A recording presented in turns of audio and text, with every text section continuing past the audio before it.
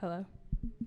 Check, check. We'll give you 2 minutes to get ready, get your coffee or drink, wrap up your conversations, and then we'll have a prayer and then Innergex. So we'll give you 2 minutes.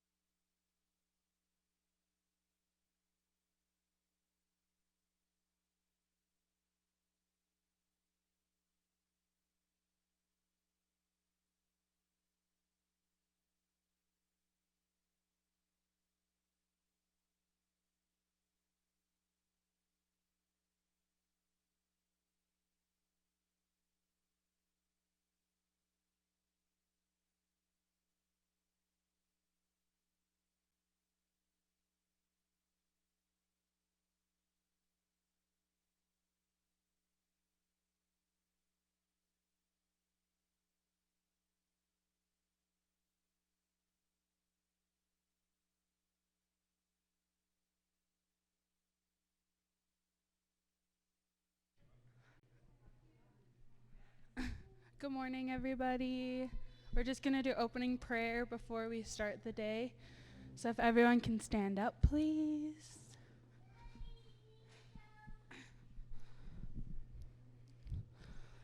Today, I'd like to thank the Creator for bringing all of us together and enjoying the panel members that are going to be coming up today. And thank the Creator for bringing us the food this morning. Thank you for everyone for showing up. And I'm glad that everybody's here, and I hope everyone's ready to have a good day. Thank you. Are we on the internet as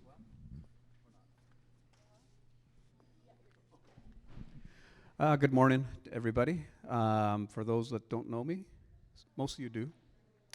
David Lugie. So I am doing your AGA for day 3 on the MC side of things. That makes it consecutive years since 2015. I couldn't make it the other 2 days because of other commitments, but glad to be here on the 3rd day. We have a lot of outside agencies, industry, coming in to do reports to you, deliver their reports to you. The first one would be Innergex.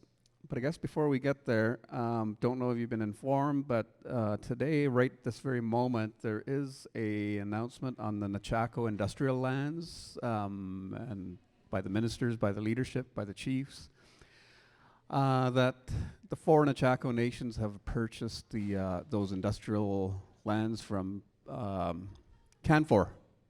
So it's a big, big announcement that's being made today.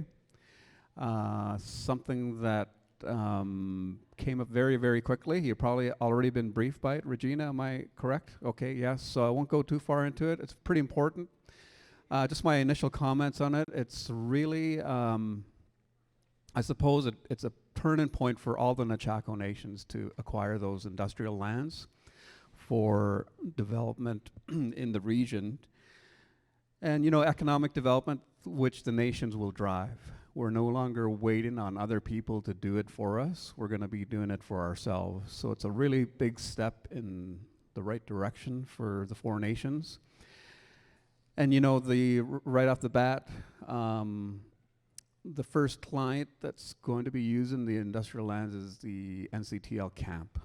So that'll be there for a few years, create some income, and then it'll give the nations some time to develop other proposals to use the industrial site for purposes that are going to create economic development for you for generations to come.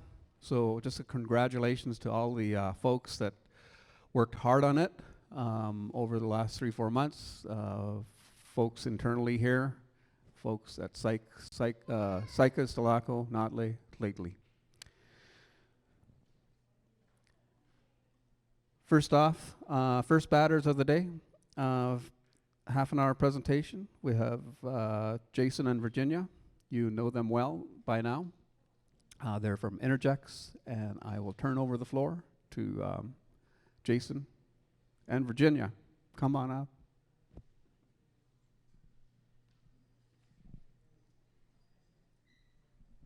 Thanks, David. Don't know if we're going to be half an hour. We're just going to do something a little bit different. Instead of boring you with a big presentation, we're just going to give you some updates and then take some questions and answers. Well, you know Virginia, she's smiling, waving at everybody. Jason McIver, Senior Development Manager for Innergex. And just as a refresh, Innergex, we're focused on renewable energy. So we have, over 94 projects, I think, in wind, solar, and battery energy storage across Canada, across US, France, and Chile. We are one of the first companies that invited and collaborated with our First Nation partners and have equity ownership in our projects, all our projects that we're moving forward with, including the Heltsi project that we were looking to move forward here. We have a 51% ownership in, Saik'uz has a 51% ownership in Heltsi, but all of our projects now going forward, we have a component where there's First Nations equity ownership. We recognize the reconciliation piece of that, and really enjoy it too. It's really meaningful to us in our work. The update that we wanted to provide is on the Heltsi Wind Project. So the Heltsi Wind Project is a 205 megawatt project that we were proposing. We, together with your leadership, we bid into the BC Hydro Call for Power in 2025, which actually closed just in January of this year. In May, the announcement was made that 4 projects were selected. Heltsi was not one of those 4 projects. The 4 projects were mainly in the Peace area. In this selection process, we felt we had a really competitive project. BC Hydro, in the end, selected less projects than what they had anticipated overall, so the competition was tougher. So we weren't selected. There are other opportunities. There's another opportunity that's projected for 2028, and there may be some other opportunities before then as well. And in between now and then, we'll be working with your leadership to get direction on how Saik'uz would like to progress or proceed with the Heltsi Wind Project. So that's a quick little update. Is we weren't successful this time. There are some ways we can make it more competitive. There are avenues for future contracting, and we are in a state where we're seeking leadership feedback and direction now for next steps. With that, we wanted to open up the floor and ask if you had any questions about the project, about BC Hydro selection, or anything else in general.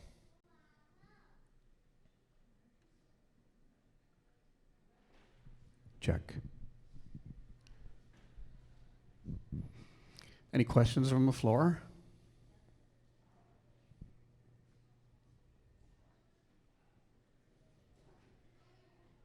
Questions. One. Question online says there. Online? Okay. Yes, from Reg Mueller.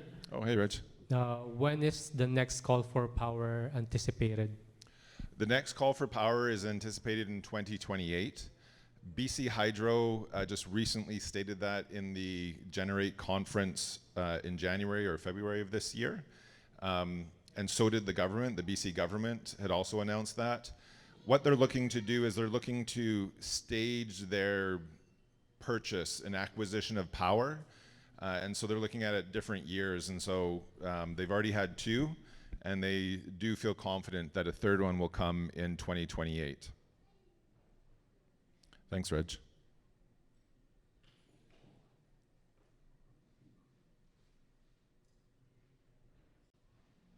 Last call for questions. Oh, we got Two one more. and two. So Okay. one here, and then we'll go. Stephen? Thank you. Hi, Stephen. Not to sound heartless or anything, but when you do get a contract, how many Saik'uz First Nations band members will be hired on your project? That's a good question. So I think everybody probably heard that. How many Saik'uz band members would be hired on our project?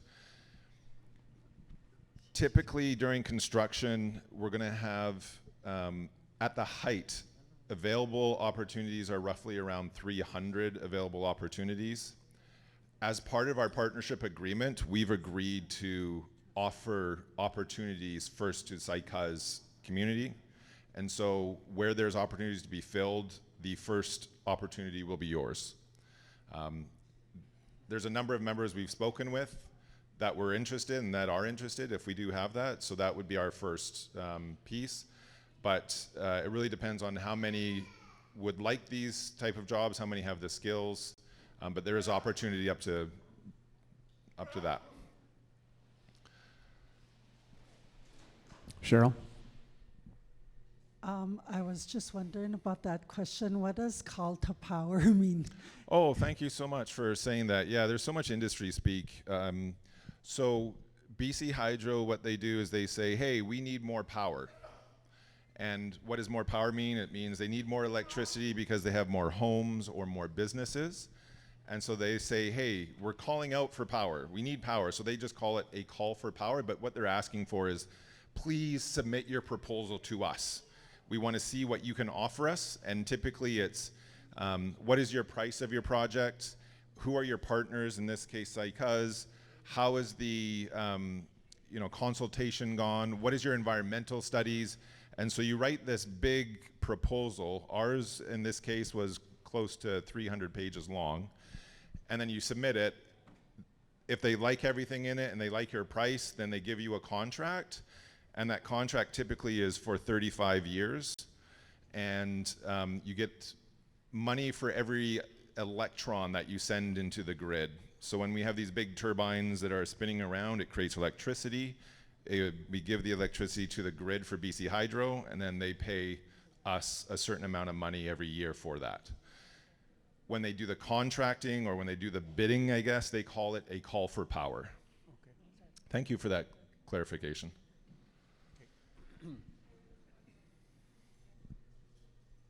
Coming right for you here. I can't really understand that every month, a few of the people up here, since BC Hydro has something to do with this, how come we're getting $400, $500 hydro bills, and that's also taking money and food out of the people's mouths? And what is BC Hydro gonna do for us as a people, the band? So, Are they gonna take action on these problems that we have? That's what I'd like to say, and I'd like to see some action put towards this. that's a really good comment. It's heard. Just to be clear, so we're Innergex, we're not BC Hydro. We are in the energy space, so we understand the problem that you face with that. Those high energy bills, like you say, take away from your quality of life. We want to support lower energy bills.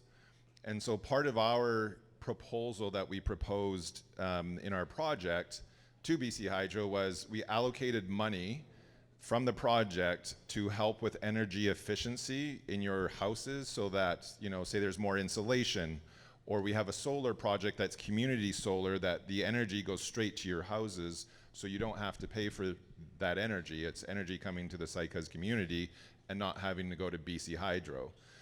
So what is BC Hydro doing? I can't really speak to them, but I can speak to us that we're in our project wanting to support that lower cost for you, and it's really important to us.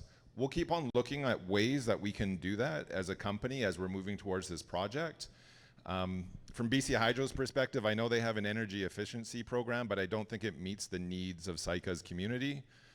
So I'll make sure that when I talk to them, I'll give that feedback to them as well. Thank you. Question online from Patrick. Will there be a solar farm? I'm not sure if there'll be a solar farm. Broadly speaking, I'm just going to speak from a renewable energy expertise perspective. What we're seeing in the market still is wind projects are more cost effective than solar projects for BC Hydro. So when we do these call for powers or these bidding, if we bid, let's say $100 per megawatt hour for wind, solar would probably be about 30% more at 130. And what BC Hydro does is they essentially choose the cheaper solution. So from that perspective, I don't know if there will be a big solar farm, but what Innergex is looking to do is to have a community solar energy solution here where you have solar on your rooftop to decrease your energy bill, as was mentioned before. So that's still in our intent. We're still trying to figure out ways of doing that. If we have an active project that has a contract, it's a lot easier because we have more monies available for that. But we'll be continuing to work with your leadership to figure out how we could help with that solar, community solar project. That's a great question. Thank you. So thanks for that, Jason. There's a question that I've been asked to ask you. Okay. Okay, that makes sense. Saik'uz did not was not successful in the last call for power. How do we make it successful? I guess the long and short of that, price-wise or anything else that could have been done to make it successful. How do we make it more successful? There's a couple of ways that we could be more competitive. We had redesigned the project. There was some environmental sensitive areas that we were directed to adjust our turbines so they were not in those sensitive areas. There was also a couple of turbines that were just right on the border, and those were also high producing turbines. We know we don't want to go into the sensitive area, but maybe there's something that's on the border where we can create some mitigating measures that could be helpful, and we could increase our wind profile, which would be helpful. There's also some other areas that we could look and we could evaluate with your team to see if it's appropriate for those turbines to be in those locations. That would give us a larger size, and when we have a larger size, typically we also see the price come down. And then the third aspect is when we're connecting into the BC Hydro grid, there's one area where we could connect to, and BC Hydro said that's very expensive to connect to. And so we could actually move down to another substation, but we would need BC Hydro's permission to use a right-of-way that they have. So we're going to explore that as well. That would decrease the interconnection cost from BC Hydro. So there's three ways we can, number one, put a couple of turbines in high producing areas with mitigation measures. Number two, look at other areas to make it bigger. And number three, connect somewhere else on the BC Hydro grid.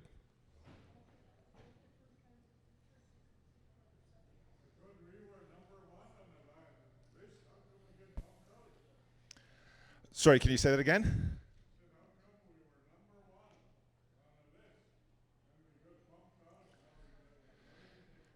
So what happened is Just repeat the question Oh. so that folks online can hear it. Thank you. So the question was, how come we were number one and we got bumped off the list? That was the question. When this project first started, we had a pathway. BC Hydro closed the door. We had another opportunity in 2024. In 2024, there was less projects that were competitive. And so if we bid this project a year prior, I think the probability of us winning would have been a little bit higher. Then there was another year and there was some more competition. And then what happened is more competition, and BC Hydro actually reduced how much they were contracting. So they said they were going to do 5,000 gigawatt hours and they only did 3,500 gigawatt hours. So that was a significant reduction. So all those things that were supporting us before weren't supporting us here for this call for power, for this contracting opportunity.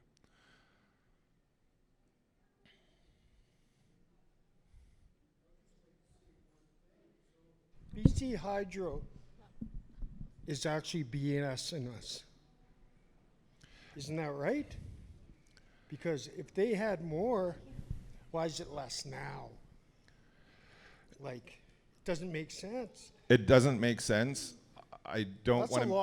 lot of cash or whatever that's getting taken away from us again. Like, come on, you guys, help us. We're frustrated with BC Hydro as well. We've got one question here, and then we'll come back to you. So this is pertaining to the windmills, right? The wind turbines, that's correct. Turbines, yeah? Yes. So the people voted no, that we did not want this to happen. And there's still meetings and stuff happening where it's being brought forward and the attention brought about, you know, this project and things like that. The community was not involved in the Plateau Mill decision brought forward. There's been so many meetings about this wind turbine, so I'm just wondering, why do we people say no, but this stuff still, you know what I mean? Like, I know you're trying to bring in information and stuff, but this project has taken years. And I know it can't happen overnight, but I mean, the amount of knowledge and stuff, like, what about bird migration, you know, things like that, that are, you know, land disruption and things like that. So, you know, we want to preserve as much of our land is priceless. So you can't put a price on what we are giving you because it's priceless. So we just want to feel like we are heard, you know, as a community and as people for decisions brought forward, you know, when deals are made, because we don't see any of that revenue from the mine, from, you know, payouts and distributions through, you know, all of these projects that are promised to help our community and our people. You know, we have people starving, we have people, you know, like our question here about the money with BC Hydro. I know that has nothing to do with you, but we want to be able to make sure that we preserve our land, right? So I can't speak to the leadership, your leadership. My understanding, what was communicated to me, was there wasn't a plebiscite vote on this project. It was done at the leadership level. In terms of money coming to Saik'uz, I don't know the exact figures that we've invested in the community, but we have had a number of, like you're saying, food even. We've had probably over 20 different sponsored nights where we're sponsoring meals for the community and bringing the community together. I don't know if you remember when we were watching the Canucks when they actually made the playoffs. We sponsored a Canuck night and we brought the community together and brought food there. We've sponsored the softball team here. We've sponsored community events here. So we're committed to this community, and we hear you. In terms of the bird migration, we study patterns, we study important bird areas, and we place our turbines, or we design the turbines to be areas that are outside of that. After a project is installed, we do a monitoring program as well to ensure that fatality levels of birds are mitigated and are low. So there's a number of environmental pieces that we put forward. In this newest design, it was designed, there was probably over 5 to 6 iterations just done in a year with feedback from your group to say, is this acceptable to Saik'uz? And how do we balance that economic and environment piece? And we were directed intimately by your team on that. So we do hear the importance of your traditional ways of life and hunting and environment, and how intimately integrated you are. And personally, I think it's a wonderful culture that we need a little bit more of that in the Western society. And so we do want to support that. Oh, yeah. Good morning, Gary. Good morning. Saik'uz, I like your hat. Canucks. They'll be okay. They'll be good. I wanted to find out if Saik'uz is going to be a percentage owner of Innergex. The wind turbines you're going to be supposedly putting up. Any wind turbine that goes up with Saik'uz, you will be a majority owner if it's directly with us in terms of 51%, yes. So we have a agreement, like an MOU, for 51% owned by Saik'uz, 49% by Innergex. Oh, what's the cost for all these wind turbines that's going up? If we were to bid it in the last call for power, roughly around $900 million.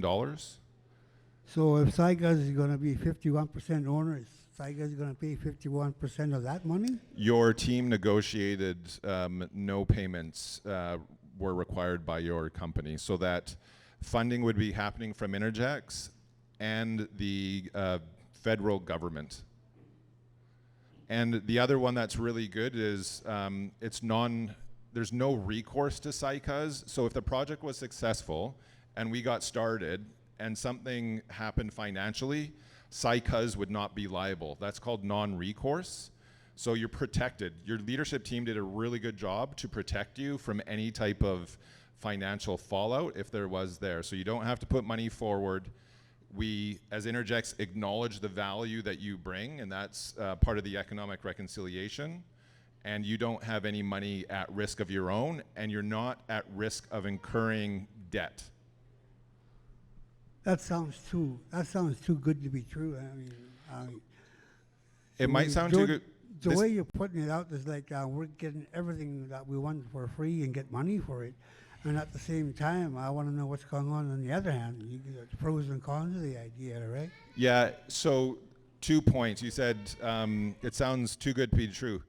Your team has been working their ass off, and negotiations with our company, has been tough.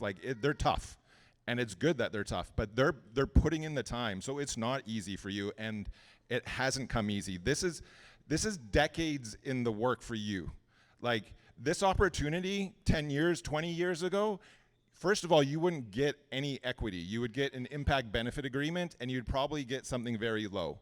Since then, there's been members of your team, including David Lugie, that have systematically talked to the federal government, systematically talked to Innergex and other corporate beings and saying, hey, this is the path we need. You want to come into our land? We need equity ownership.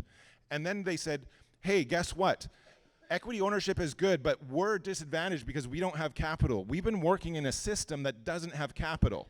So this isn't, you're getting the benefit of 25 years of people like David and other members of your team that have fought for you really hard. The deal that is available for you now, yes, it's very good. You guys have gone through a lot to get there. So it might sound too good to be true, but it's not, because you guys have worked your ass to get here.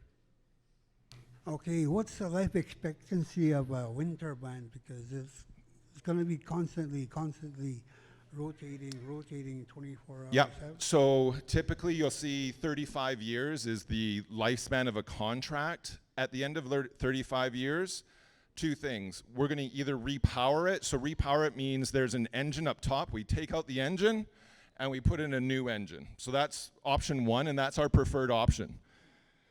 The second option is we have to take everything down, and in our agreements, we have to take everything to below a surface level to make sure that it's all removed. So after 35 years, if there's no more contract with BC Hydro, we have to remove it. Then the next question is, okay, great, what happens to the turbines when you remove them? There have been stories of people saying, hey, you have to bury a big turbine into the ground and you just leave it and it's horrible. That's not true anymore. What we're doing, we've worked with a company that has recycled the turbine blades, and what they've done is they've grinded it up into media that can be put into cement or concrete, and what they've shown is they can reuse it 7 times now. So right now, that technology is going to be in place for next year. Right now, without that, 90% of the turbine is actually recyclable. With that, you're going to have a lot more recyclable. So that's two things. We either going to repower it or we're going to recycle it. Okay, you say 35 years. At what point will it become obsolete and new technology will take over? That's a great question. So what we're seeing in turbines is 15 years ago, they were, let's say 90 feet is the hub height. Sorry, 90 meters would be the hub height. And then you've got these blades that were like 30-meter blades.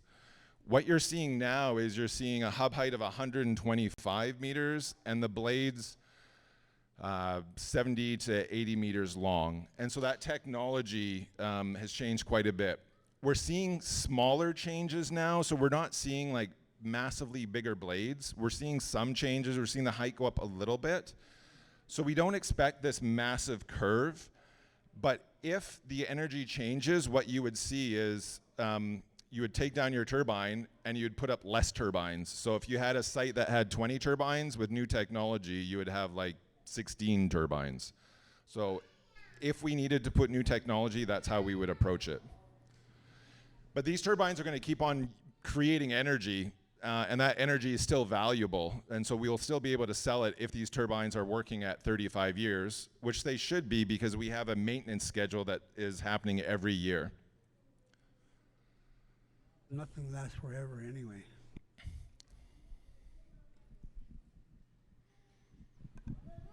How long is the deal with Saik'uz in the proposal that's made? How long? Like Yeah. how long is it? So our partnership agreement The partnership. is contingent on a number of things. If we're successful with a project, then we'd be in partnership for 35 years. Okay, and then with the growing AI, you know, with that, is there something in there that can ensure our people are still employed and not taken over by AI in the future? There can be minimum levels of employment that we could negotiate if that becomes an issue. We do have some priorities already set. We don't have numbers, Okay. But if we do get a contract and that's of a concern, we could be talking about that, yes.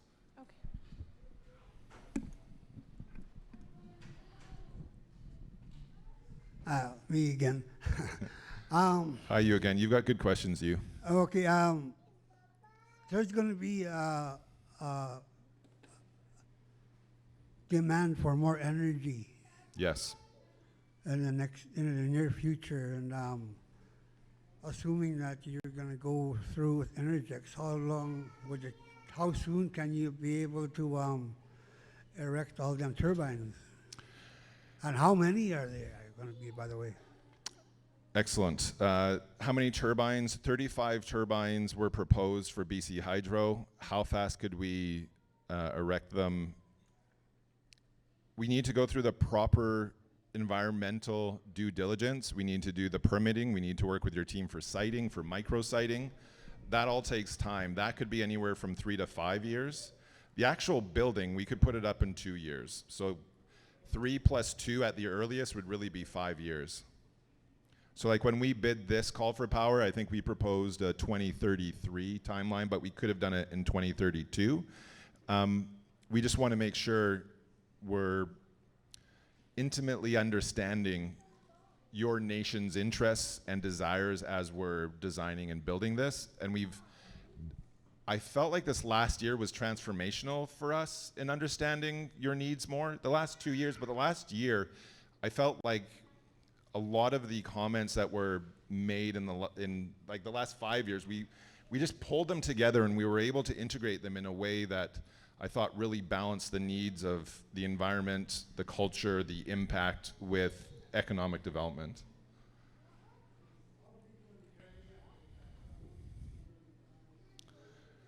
So each turbine, when we're building it, I have to get my measurements correctly, but typically you're having a 60-meter foundation underneath the ground, so that is really the ground disturbance.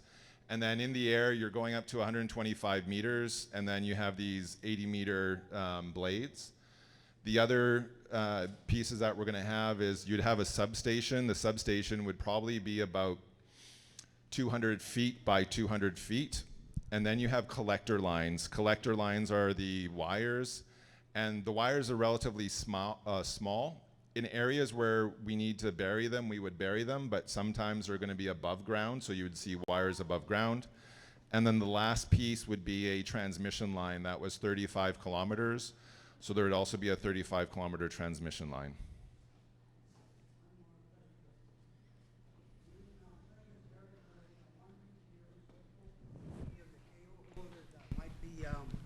in that area?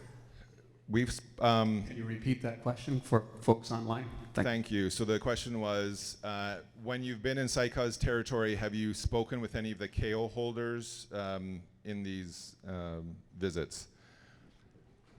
We've been directed by leadership for KO holders to be communicating to leadership, and then leadership communicating to us. With that being said, we have heard from some KO holders, not every KO holders, but some KO holders. I've personally been taking out to specific, like the well spot where berries were collected, and that was by some leaders, and I wouldn't say KO holders because I don't want to get into, my understanding isn't as complex as it needs to be, but I've been brought onto the land to understand more of that long-term traditional governance and how it's governed in important sites to ensure that our design is moving outside of these really important sites. Hi. Hi. Going back to what you said, at 3,500 gigawatts of power. Gigawatt hours, yeah. That's not true. The simple truth is that there was more than 20,000 gigahertz of power while you guys were negotiating, so I don't know where that came from, because this reserve experienced more rolling blackouts than any other place within the CSTC area. So either you weren't given anything or you were completely outright lied to. But I attended that particular meeting and you guys weren't present there, but that's what was being said. So BC Hydro, I don't know how they do their calculations. What I do know is that they chose 1,150 megawatts of installed power. And so then they told us that 1,150 megawatts equaled 3,500 gigawatt hours per year. So that's what they told us. Okay.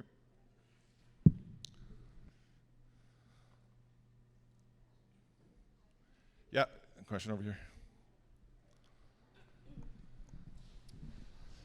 I'm not really sure if this is a question or a comment or maybe a suggestion, but we really care about our birds. Yes. So if this were to go through, we would really appreciate, there's a lot of technologies out there, and I don't know if you guys know that, like that birds, to put around the turbines so the birds don't get injured or get hurt.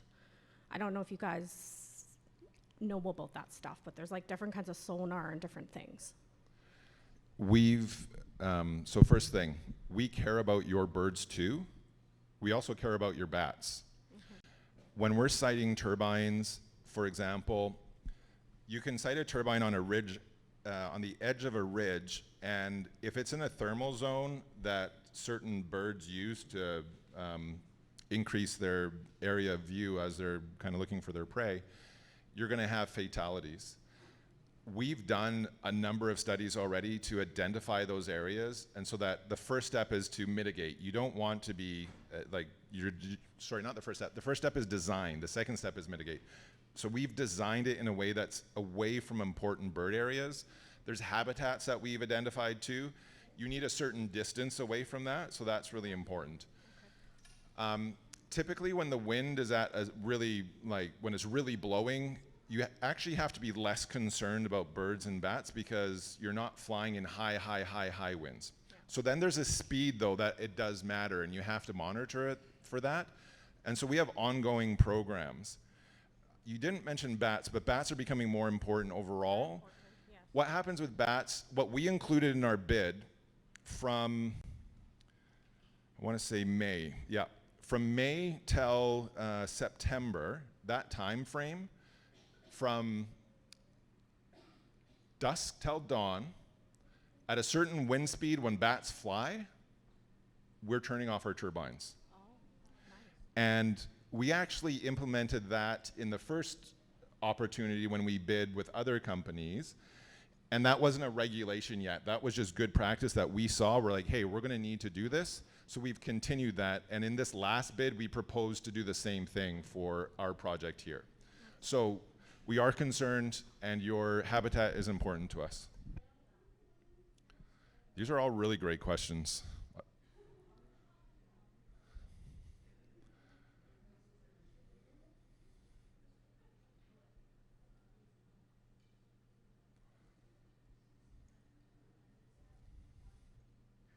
Any more questions online?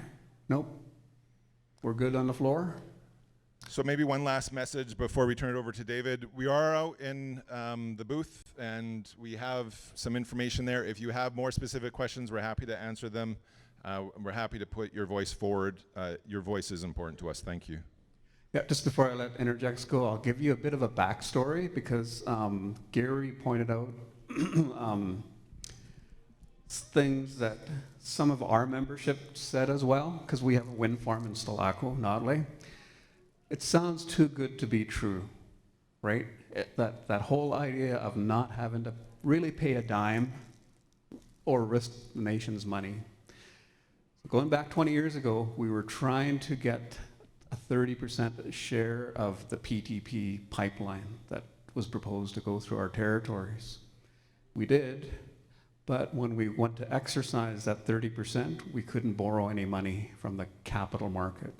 So the capital market is a fancy way of saying the banks won't lend you money, whatever those banks are, right? Those banks that bankroll major projects like this one. It wasn't until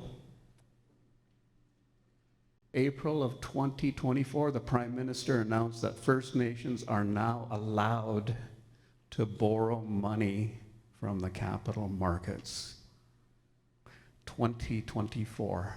So for decades and decades, no matter what our efforts were, we could not borrow any money like the white guy could. So just let that sink in for a bit. It's kind of like the right to vote, right? We didn't have the right to vote until the 60s. We didn't have the right to borrow money until April 2024. So in Stalaco's case, there's a call for power in 2024. In December of 2024, we got the EPA from BC Hydro.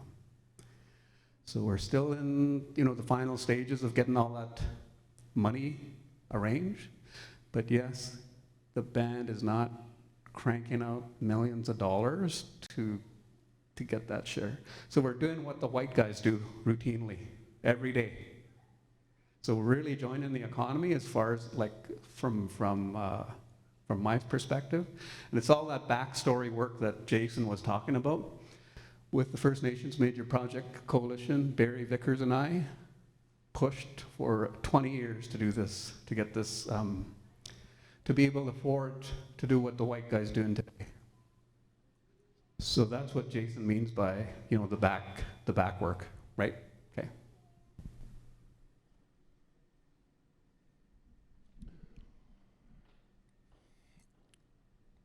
Thank you, Jason. Thank you.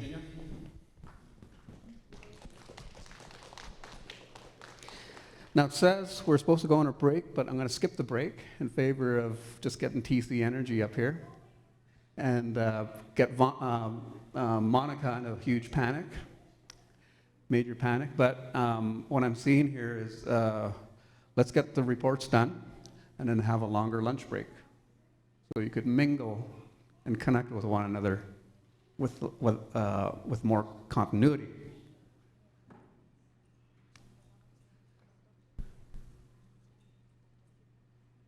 Okay, yeah, so just before we leave Innergex, next month, I'm going to go on a wind farm tour in Doki, and that's in Treaty 8. And so I'm going to ask folks about the bats and the bird thing, because there's lots of discussion about that.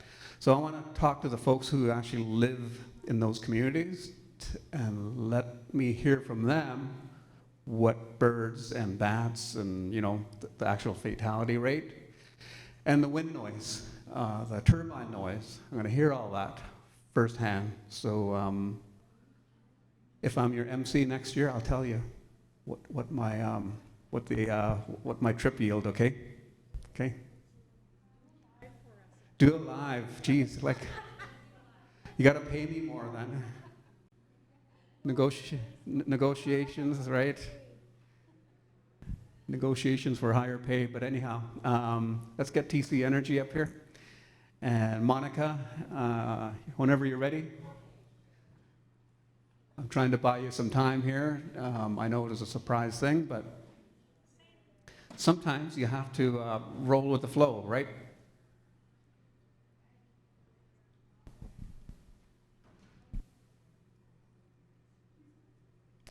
We'll just give a couple minutes there for TC Energy to get set up, keep on rolling. In the meantime, I'll try not to make this dead airspace so dead, right?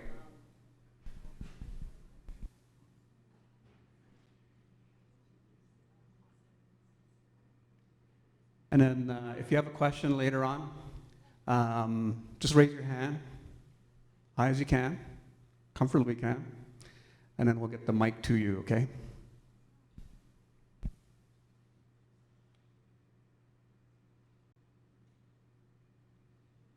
Monica's under pressure, I could see it. Yep, yep. Been there and done that, you know. Technology is like, you're hoping things would go right, things won't crash, and the heart's beating,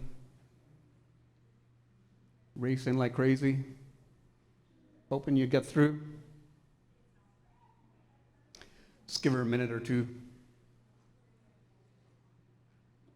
This is where we need a DJ here, Tracy, next year, is to fill in some music while, yes. Yes.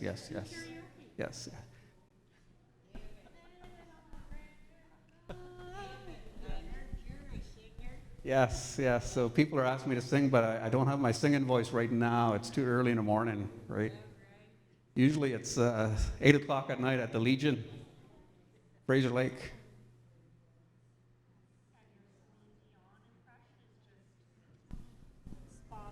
Yes. Bon Jovi. I like to think my Bonnie.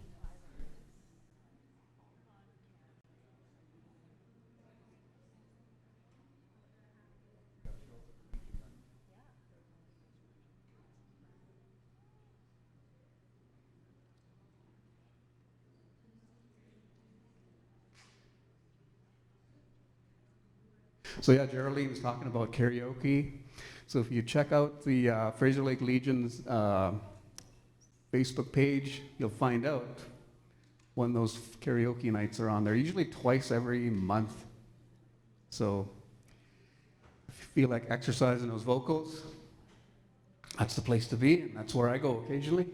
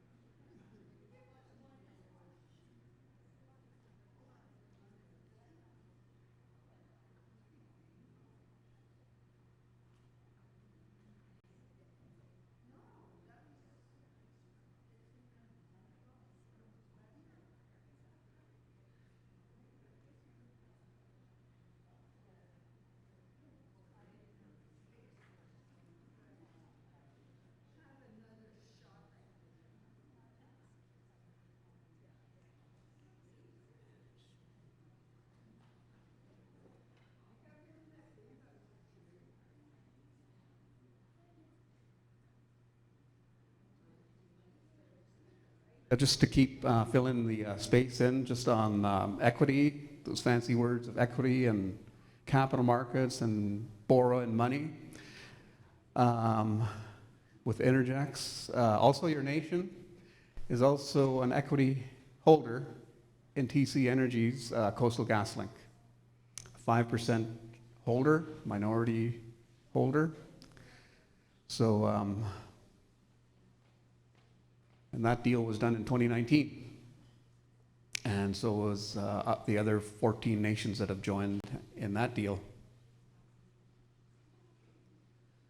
Looks like Monica is close to getting there, right? Wing it. Wing it. Fake it till you make it. On another note, I'll just keep on talking here.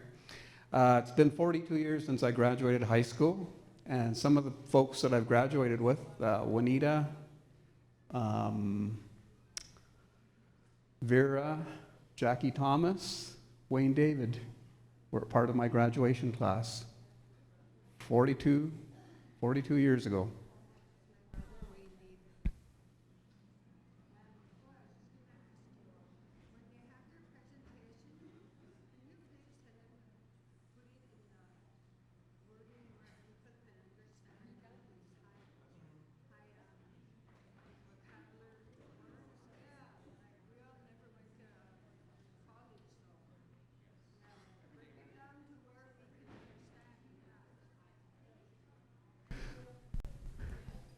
So just to the presenters, there's a request from the floor, and TC Energy will be the first people to hopefully adhere to this,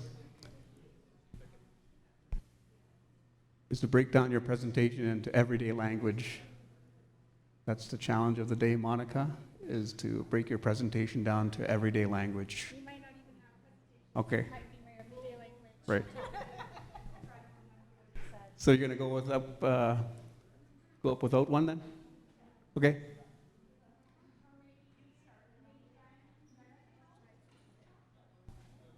So we got TC Energy ready to go. They can't get their presentation up.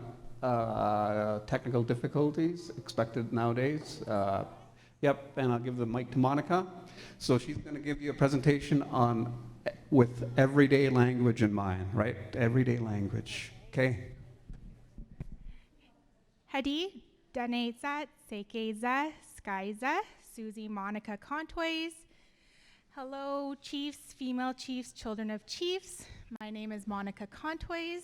I'm here with TC Energy or Coastal GasLink. I also have 3 other colleagues over there who are helping with the presentation. I have Brandy, the Indigenous Relations. She's like a senior engagement from the Dawson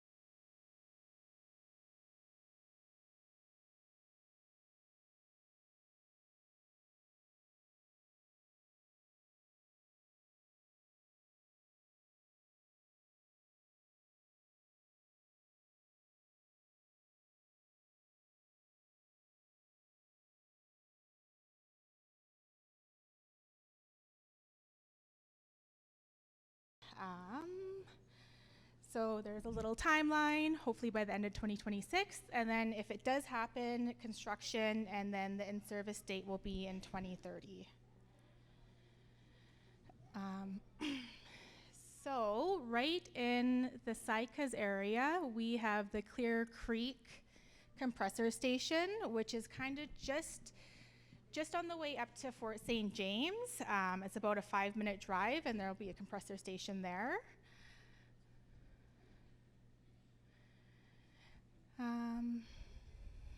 That's the footprint of it.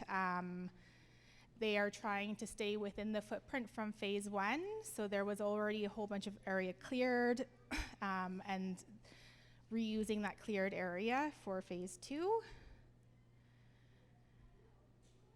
What is a compressor station? A compressor station is just allowing the pipeline to pump more through it. So we don't need any new additional pipeline. We just need the compressor stations to push more through it. Doubling the capacity. Is that what it is? Oh, thank you, David. Pardon? Oh, we're from 12 tons to 24 tons. Thank you, David. Project benefits, we have economic growth opportunities through contracting and employment, training and education for Northern BC communities. We have Indigenous equity ownership opportunities for communities along the route. We have a reduced global GHG emissions by displacing higher emitting coal-fired power generation. We can provide secure and reliable Canadian energy to our allies and respond to market needs for LNG expansion. Do you want to do this? Sure. I just need a drill. Yeah.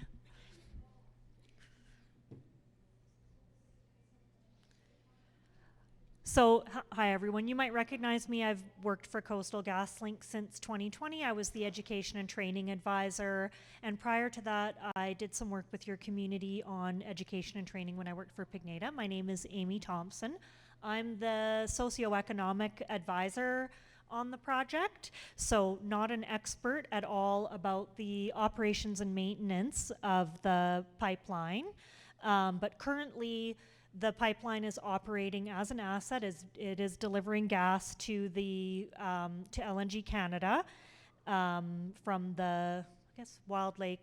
So Dawson Creek would be maybe the closest, Ground Birch community, and there is 24/7 monitoring taking place from the tower at TC Energy, and we also have a regional field office in Prince George, which is where I work. We also have a field office in Fort St. John and folks out at Kitimat monitoring. So in terms of some of the contracting opportunities related to the project that communities can have access to, a lot of those opportunities come through Leadcore industrial maintenance. So we have worked with most of the communities along the project to make sure they're all signed up and registered through there, as well as through TC Energy. I can't speak to this. Can you speak to this? This is like, I can speak socioeconomics. So with maintenance, there's a few things that regularly happen. We have the integrity digs, cathodic protection, which is done on a regular basis. And just wait, Brandy's gonna come explain it.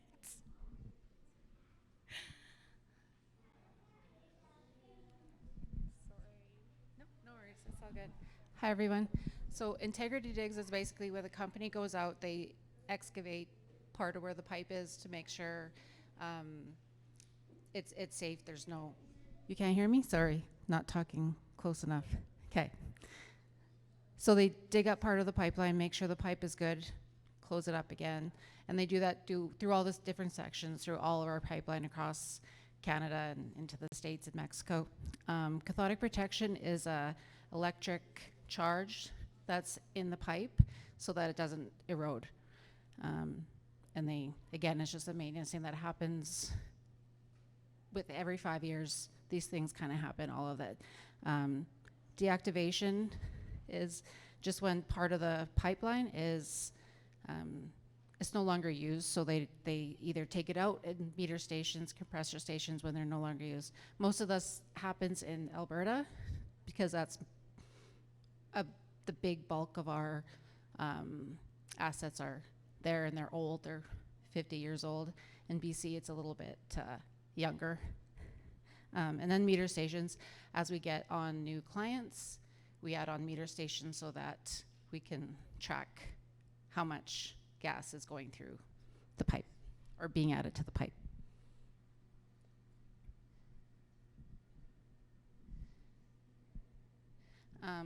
Public awareness is just when we want to make sure the community has information on if something's happening on the pipeline or any of our facilities, that we know who to contact. If there's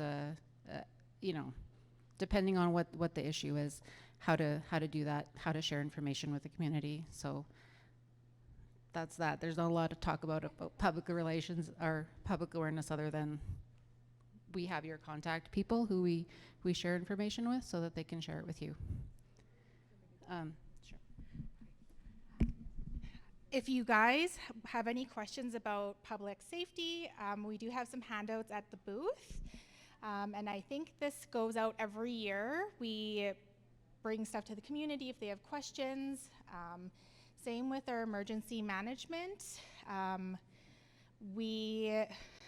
It's really cool. I didn't know so much work went into it, but within about 2 kilometers of the pipeline, they have everyone's information. So they go house to house to make sure that the people that are within a certain distance are safe in an event of emergency. How are they able to provide the best care?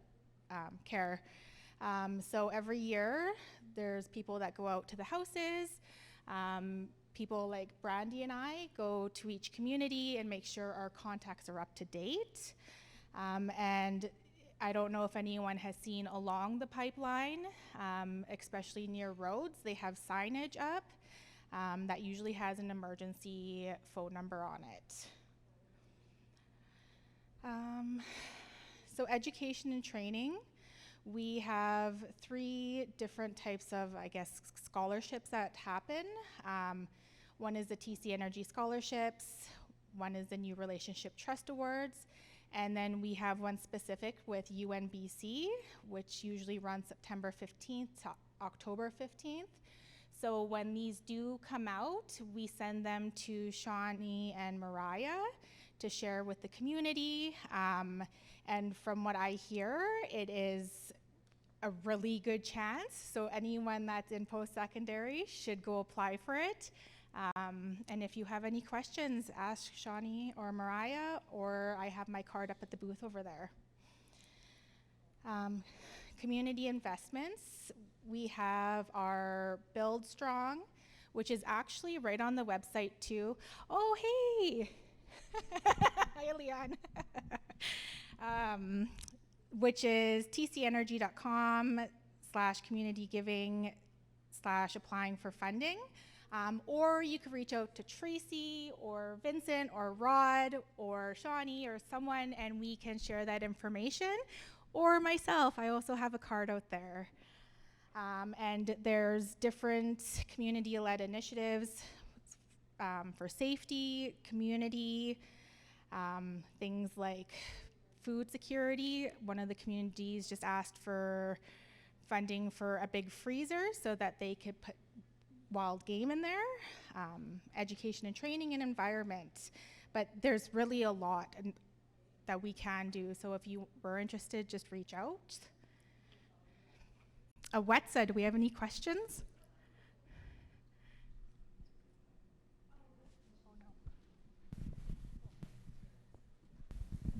So I guess this would be a Shawnee question, but I'll ask you. TC Energy Scholarships, does that just apply to what's out there, or can it be for any career that the students are going to try to go into? So for the TC Energy scholarships, it is fairly broad. So there's 3 categories of scholarships that are available.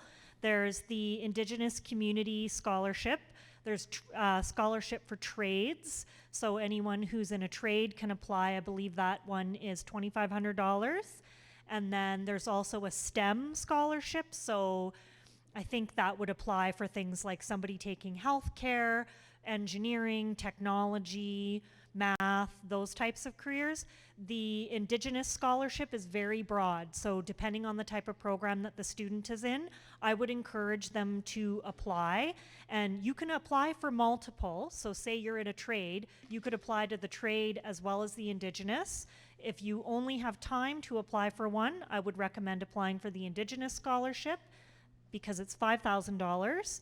And there's more of those scholarships available than the other ones. And then, of course, we do have folks that can help people put their application in. So did you have a program specifically in mind that you were thinking about?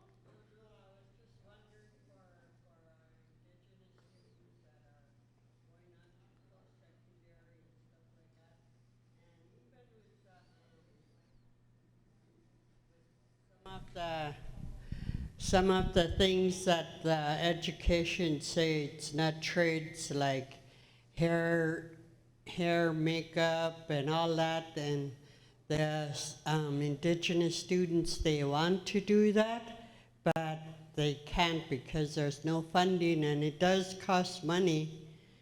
So Yep. I was just wondering, like, which one, or can, I guess you said it already, the kids, they can apply for all of it if they wanted to, but the Indigenous is broad, right? Yeah. Yeah, and I would even say for the trades, I might be behind the times in the information about it, but I know previously they had kind of a list of preferred trades that were related to coming to work for, TC Energy or on one of our projects. So if it was a more broad trade, it would be better to apply for the Indigenous scholarship. As long as it's at a post-secondary institute and you can prove your registration, then you would be eligible. Yeah. Oh, go ahead.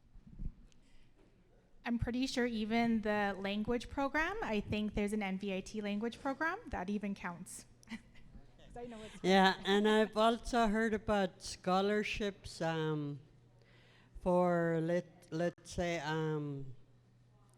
I think it was grade. Correct me if I'm wrong, Megan. Was it for grades 8 to 12 about the like if the parents they need extra help with their child's education, like I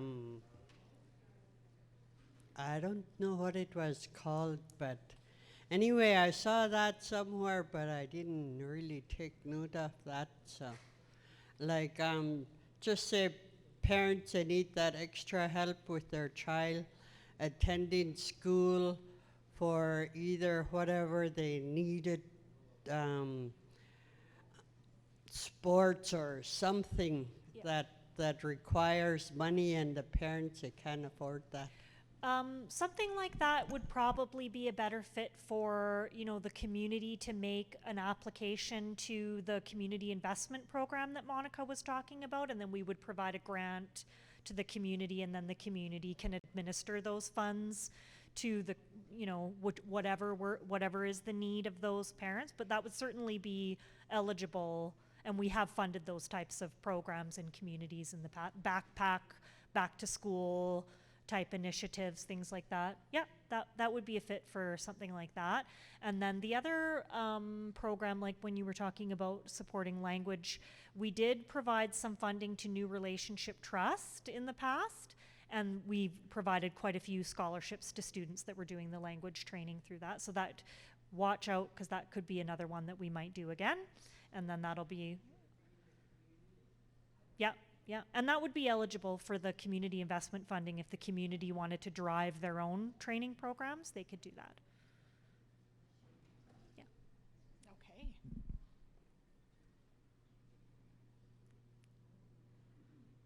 Any questions from online?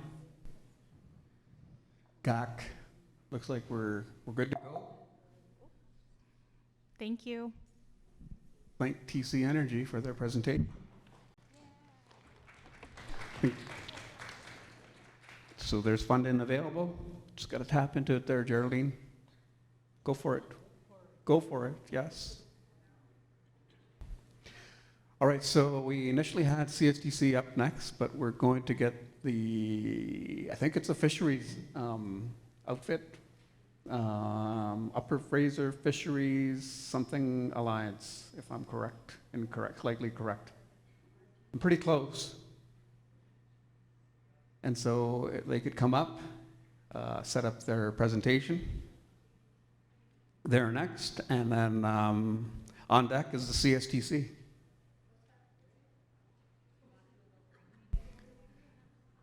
I was hoping not to, but maybe we should go for a break. Let's go for a 10-minute break. We're going to be finished well before lunch here anyhow, so let's go 10 minutes, get a coffee, get a conversation going, interrupt your conversation, and come back, okay?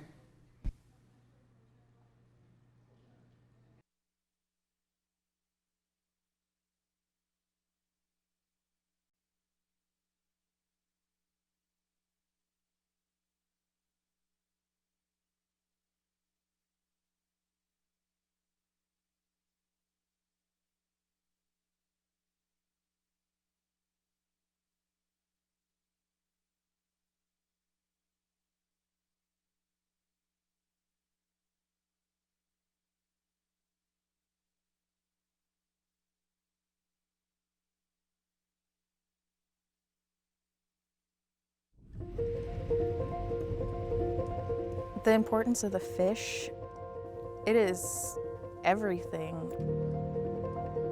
The health of the river and the salmon populations go hand in hand with the strength of our communities. We are salmon people, we just live off of it. The UFFCA is an Indigenous-led technical organization that supports nations' collective interests to fish, habitat, and fisheries. We want to uplift all the First Nations on the Fraser River. We're really underrepresented compared to people down south. The UFFCA is getting their voice out.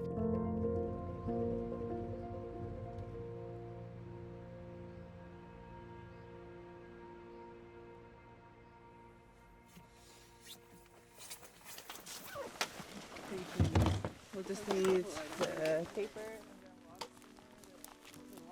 We run an aquatic habitat monitoring program. It is completely Indigenous-led. In 2015, there was a lot of information on larger streams and rivers. There wasn't so much information on the smaller streams and lakes. There was an information gap for our decision makers, First Nations decision makers. We needed more information because we've been seeing a decline in these smaller systems that aren't monitored by the government. The UFFCA, in partnership with the Upper Fraser First Nations, came together and created this program. We directly manage 29 stations with support from community technicians and guardians in the field. There are also 20 stations that are managed by communities with support from UFFCA staff. The area that we monitor is 3 times the size of Vancouver Island and covers more than 40% of the whole Fraser watershed. It was important that our First Nations were the one leading this program because we are the ones living in this territory. All the streams were identified, but we use nothing but an Indigenous-based crew within the territories. The data is shared back to the Indigenous fisheries and natural resource managers through an online portal that we created. We follow the BC risk standards and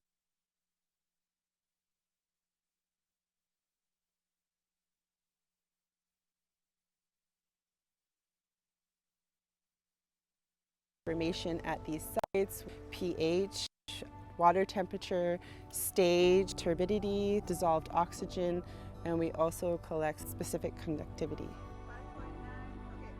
we do share our data with other regulators in special circumstances. For example, with the Nithhi Weir, we have a special agreement between Natlewit'en, Stilat'en, and the province. We've created a weir management plan which utilizes the data that we collect to actually manage this weir.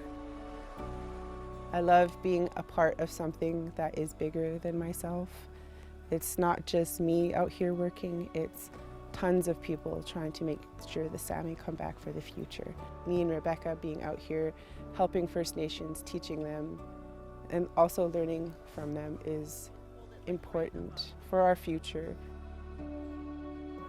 It's the most fulfilling thing I've ever done. Rebecca and Ashley, they were pretty patient with me, and now I could do every station by myself, and I know I look forward to passing this knowledge down to someone else. It's really heartwarming. Like I wasn't expecting them to be that ready. This is our first time seeing them since last year, and they're pretty much doing it all on their own. You know, after 10 years, all the nations are starting to see the value in the data that's being collected, and they're wanting to do more. Every time I turn around, it's like there's another nation saying, we need to get into your program and we want stations on our territories. If we could keep expanding, that would be really great.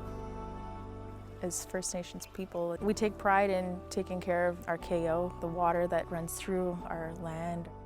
And it's important that we continue to take care of it for future generations. Nobody else is going to do it, you know, nobody's going to take care of it better than us.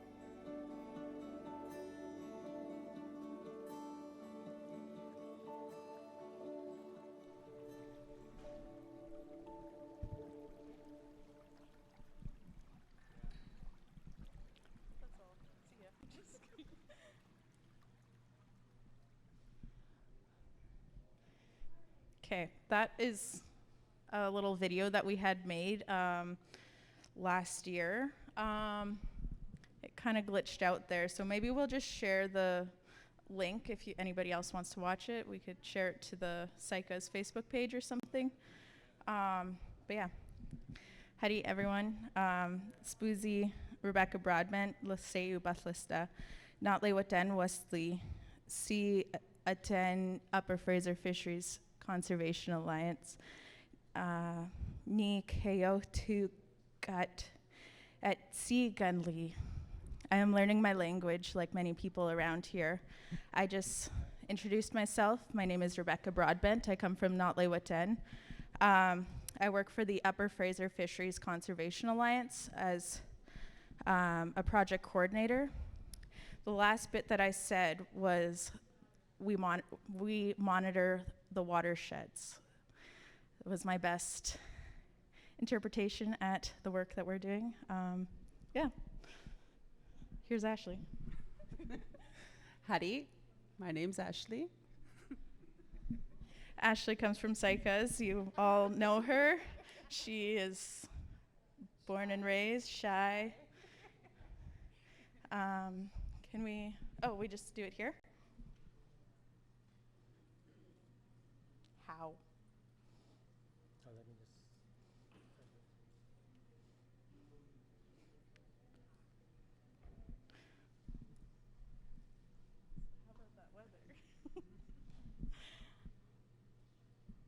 We're waiting for a button to show up. Oh, so this picture is just a photo of our crew. There's myself, Ashley, Eric, Dean, and James. And then this little hat in the corner, that is Angela Pierre from Tlasden. We all work together. We're good? Okay.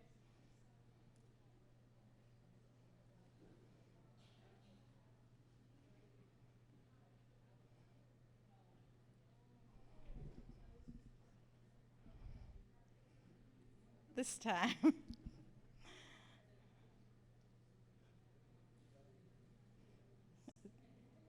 waiting for a button or... Okay. So our program started in 2015. There was a, I guess, the Upper Fraser Nations, mainly in the Nechako, identified a need for water monitoring in low flow streams. A lot of the work that was being done at the time was focused on major streams and lakes like Fraser Lake or the Nechako River and the Fraser River, or there was some in the Chilako. Like, it seemed like the smaller streams were being missed. So together with the UFFCA's help, we created this program and to kind of start collecting all that information that was needed. So this year we are celebrating 10 years, or we celebrated 10 years of continuous data in October of 2025, so we're going on 10 and a half years now. We currently have 49 stations throughout the Upper Fraser watersheds. 33 of those are real-time stations and 14 are manual download stations. 2 of them have been archived, but all of this data is collected or is being managed in a software that Ashley and I have kind of maintained over the last few years. Most of these stations are run by or managed by Ashley and I, but some of them are managed directly by their communities with our support. Did you want to talk about this one? So yeah, we selected all of our sites based on leaders from the communities. So we didn't choose any of these sites. These were all chosen by knowledge holders and fisheries managers. When we first started, we used a lot of consultants, and consultants are very expensive, and they come in from Vancouver, so they didn't really have, I don't want to say care, but it was rushed work for them, and it was just work for them. So we made a team, and we got the knowledge from the knowledge holders on which streams we want to watch. They're mostly salmon natal streams, so where the baby salmon come to grow and where they're spawned. So we visit these sites 3 times a year. We follow BC risk standards, so all the standards that industry follows, we also follow that. We provide peer-to-peer training, so a big part of our job is to make sure technicians from each community are trained by us. I think that's what gives us the greatest joy, is that we work with our own people in their territories. And I think another really big part of it is our data sovereignty. So all of the data that we house is owned by our own people, which is really important because we would be paying these consultants to access our data, which we thought was, it's our data, so we should be able to house it and, you know, use it how we see fit. Oh, I'm looking at the wrong one. Sorry, it's okay. Go ahead.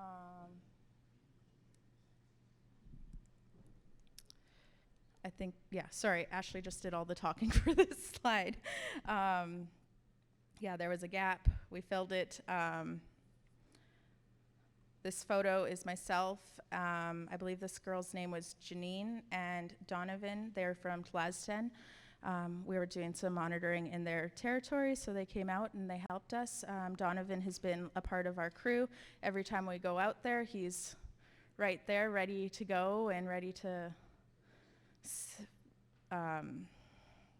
help out with anything we need. So that's really great. It's been a great way to build relationships with all the different communities in our local area.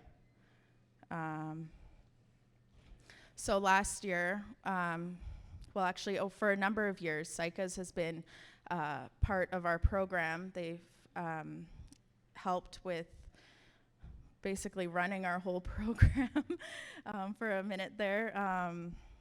It was like me and the monitors and Ashley were just like going everywhere, all over the Nechako, collecting the data. But so this year, Saik'uz decided, last year, we got these stations in. We have one at Middle Stony, Upper Stony, and Hogsback Creek so far. If you've ever been driving through the community across the creek from the church, you see this big metal box there. You're like, what the heck? Why is there that there? Well, that's what that is. So this photo over here is at Hogsback Creek. There's a pipe that's kind of coming down from beside the culvert. That is where our sensor sits. This middle photo is from Middle Stony. That is what the inside of the station looks like. There's data loggers, a bunch of breaker boards, and different switches that help tell the computers how to collect the information and where to save it to. And there's a battery that powers it all. And then this photo at the end is at Upper Stony, and that is just a general idea of what the station itself looks like. There's a big solar panel on the front that charges the station itself. And yeah. And here's some more pictures from the install day. We have Eric and Caleb using the really cool earth auger to dig our holes for our footings. And then we have Jimmy grabbing some water from Stony Creek to set the concrete. And then we have Ashley and Eric digging a hole to put in our grounding plate, just in case it gets struck by lightning. Yeah, this is really cool because when we install these stations on like a regular day, we usually take about a day and a half to do it. And then we came out to do these Saik'uz installs, and we did all 3 in one day. And it was like, well, now what are we going to do with the rest of our week? Count fish, I guess. So in our bigger program, we have 2 different types of stations. We have the real-time station, which Saik'uz has currently 4 in their in your territory. So we also have one in Sinkit River. So the real-time stations, they collect data every 15 minutes and then send it to a satellite up in space, and then comes back down to our computer, and we can access it anytime we want. That's really handy for anybody who needs to make a fisheries decision, or if anybody needs to just know the temperature of the water, or how much water is in a system at one time. The other type that we have is these manual download stations. It's just a pipe with a sensor in the bottom. We have to physically go out and collect the data off of the sensors. So we have to pull them out of the water and put them back, download all the information, put it back in, and then go back to our computers, to our office, and upload the information online, and then we can see it. So there's a lot of room for error with the manual download stations.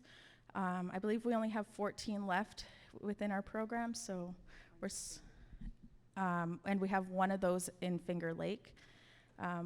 We're trying to transition to having them all real time, hopefully in the next couple of years.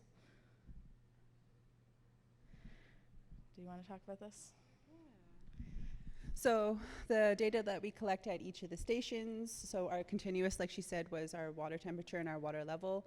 And at select sites, not all sites, we collect air temperature, atmospheric pressure, turbidity, electrical conductivity, and dissolved oxygen. So this is all part of the water quality bits of what we collect. And when we do go to the sites, we collect water levels. So we take our instruments and do a survey. We take a discharge, so we use two different, if you see this picture here, we have a boat that goes across the river or stream, and it takes how much water is coming through at the moment.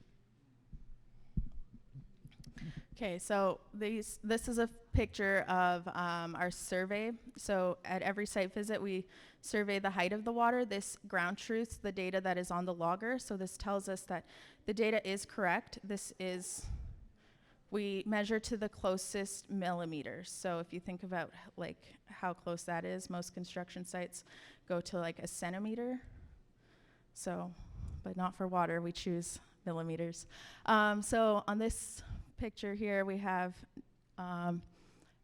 Jimmy and Caleb. They are looking through the survey scope, and with this site at Sinkit, you look across the creek, and then somebody is holding a survey rod on the other side, and they measure to the closest millimeter of the height of the water.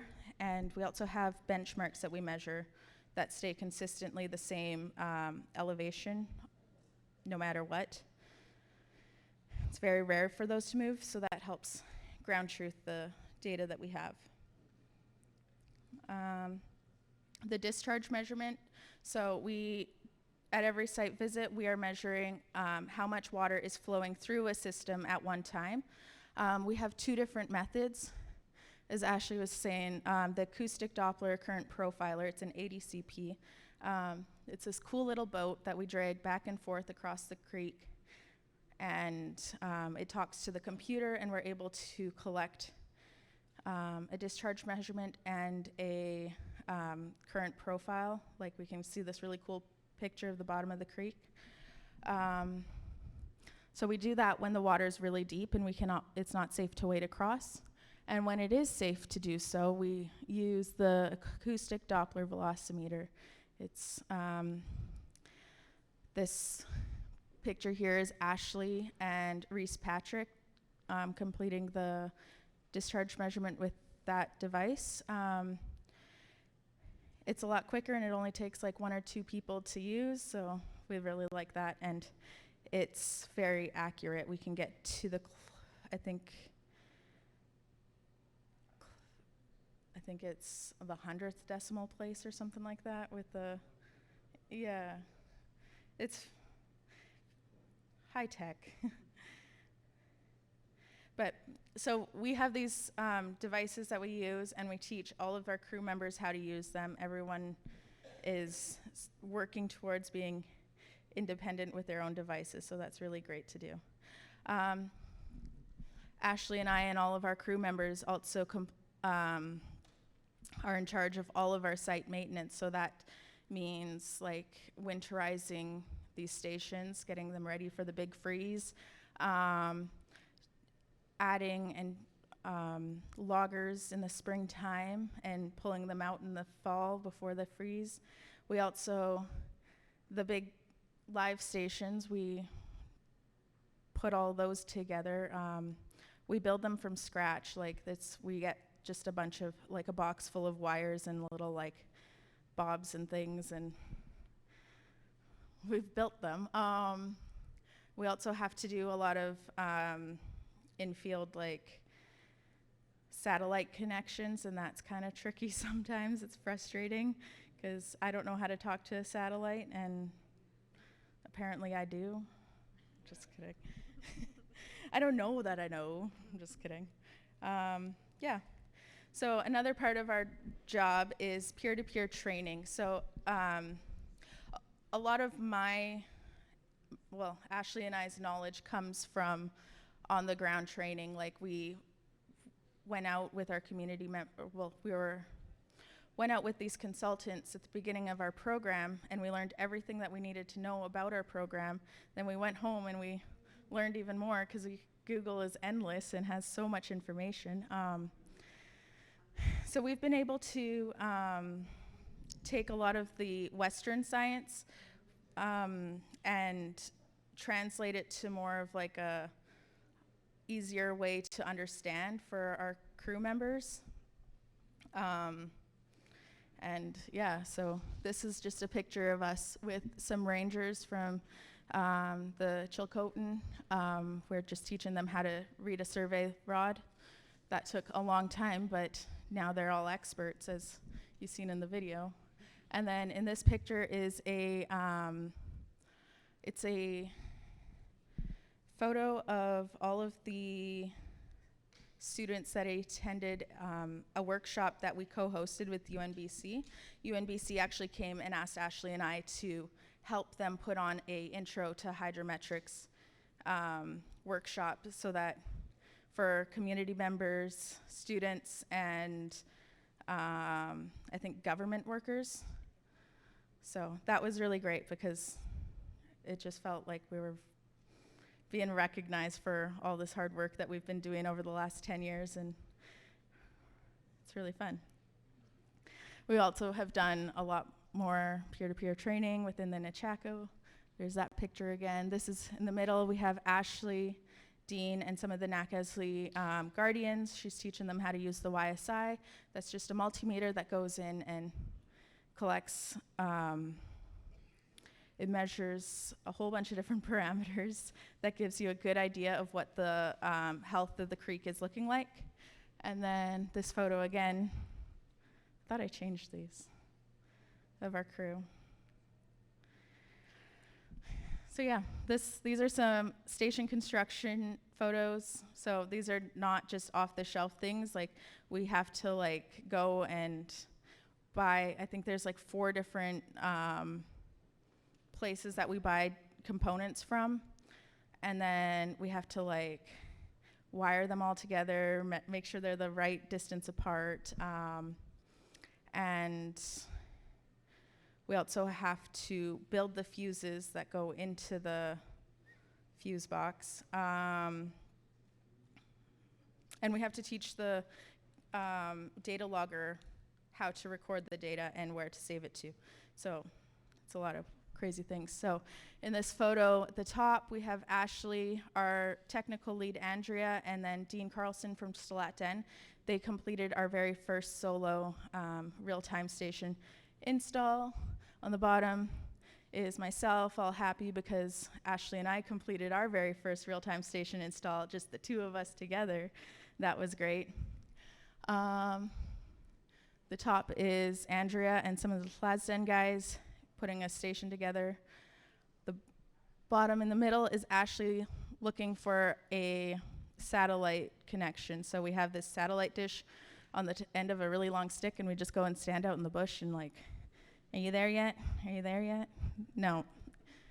And then on the side here, we have Dean Carlson, who is feeling the burnout of a long field season with us.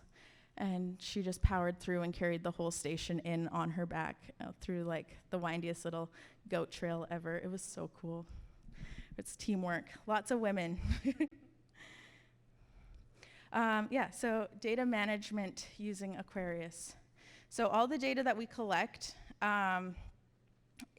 we house it in this software called Aquarius.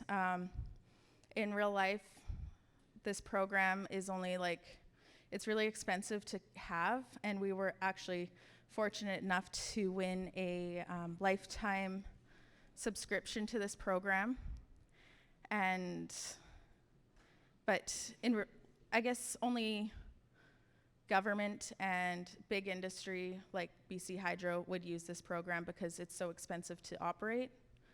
And then they just gave us a free lifetime subscription. So we're like, yes, let's get all the data in. So these stations collect data points every 15 minutes for the last 10 years, and that's like something like 70 billion million, just kidding. It's a lot of data points for 49 stations. So Ashley and I have been managing all of that on our own, which is great. Are we able to go into the web portal? Are we good with time? Oh, I don't know.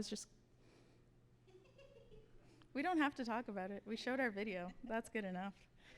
So we created a web portal that allows each nation to sign in and access the data itself. So like Cass has access to it, and she can just sign in, go and look at the temperature for Sinkit River, or Stony Creek this morning. It was probably warm. But yeah, thank you. Any questions?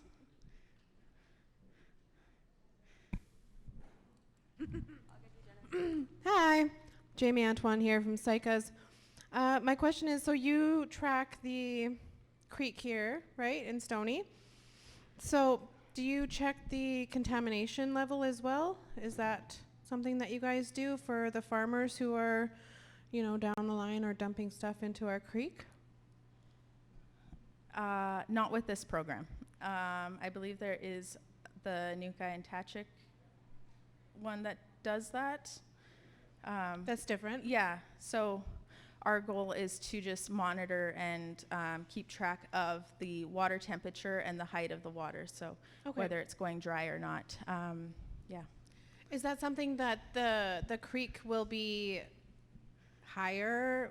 Do you know if, you know, more water is going to be let through? Is that something that we work with Kenny Dam for, you know, for our fish life? If say it's too low, then do we contact them and, you know, say, hey, our fish need more ways to get through? I think what it will monitor is if there is a beaver dam put in this year, then we will see the water drop significantly, and we can address the nation and say, hey, look, the water is dropped in the last couple of weeks. Maybe that there's a beaver dam blocking the water, or that we just have a very low water year. Okay, thank you.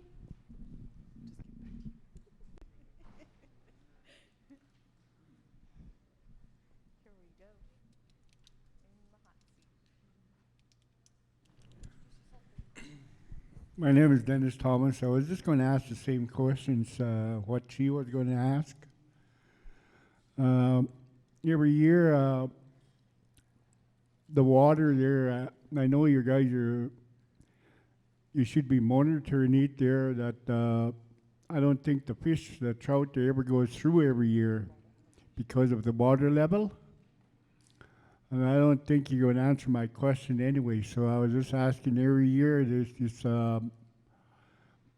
water gets lower and lower, and that you could, you know, you could just walk across we don't need a bridge no more. And when I was growing up, you know, the water was running, we'd go swimming every summer here. But nowadays, you can't even go swimming there, and you can't swim here no more.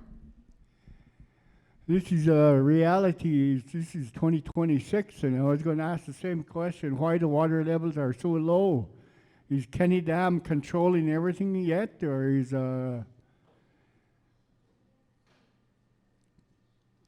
controlling the power and everything like that? You know, they should let the water go. You know, there's survival. There's a lot of little animals down this way, and you know, little ducks and fish that never go through. And every year it's happening, it's getting worse. Maybe it's just climate change. I just want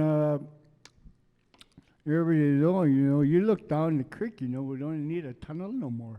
Yeah. Thank you. Okay, so for that,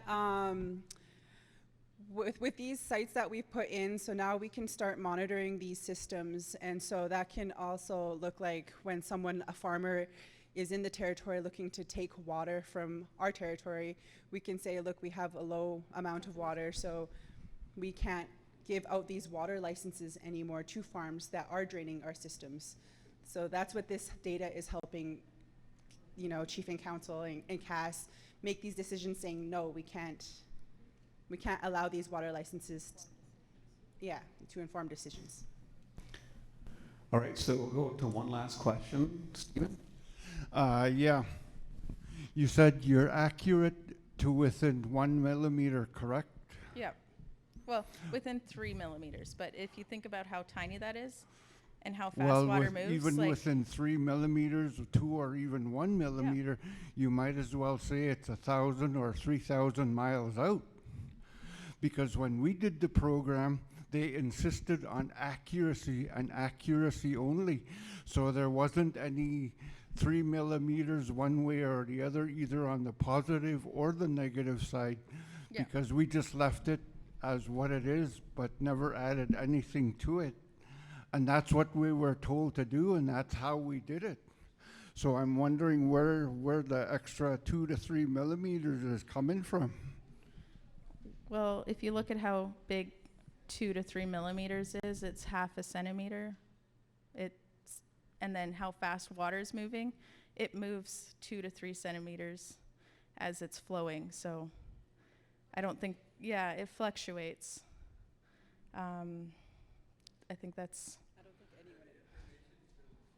it is the same no matter what. We follow the BC risk standards. So, and then where we can, we try to go above those standards. We always try to do better than what the province does. So, because why not? Thank you.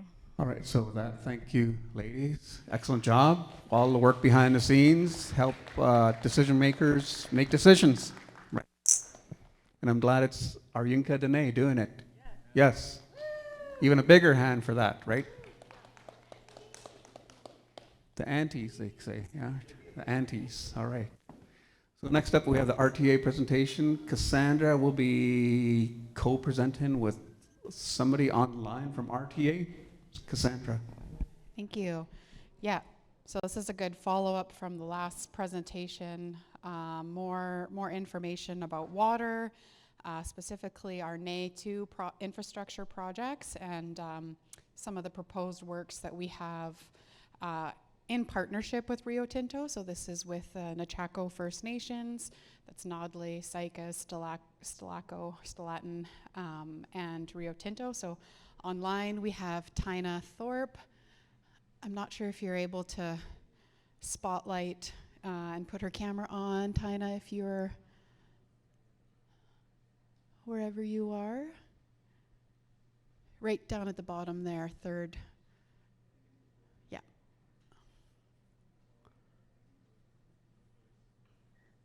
Awesome, thank you. Can you guys hear me now? Yep, we can hear you. Awesome, thank you. Because I don't have a mute or unmute, so I know you guys unmuted me. Thanks so much. Thanks for the introduction, Cass. So thanks everybody. I'm so sorry that I can't be there in person. I had some family constraints, which meant I couldn't be in community today. I'll walk through some updates on the NE2 infrastructure projects, but before we dive in, I might suggest that we go to slide number 3. So what we'll go through is the pencil sketch video, which I think will give you a good overview of what the NE2 project objectives are and what we're trying to do in this really new, unique project. We'll talk about a logo contest. So you'll see on the bottom of the slide, there's this NE2 infrastructure branding. So I'd love to talk to you all about the winner of that contest and how that was run. Then we'll go through kind of an overview of the project objectives and goals, and then some of the environmental and cultural studies that will be coming, as well as what you may see around community in this summer and this fall work in the community. And we'll end with some questions. So maybe I'll pass over to the next slide that has the project introduction video and have that played in the room. Can you just press the play button, Mar?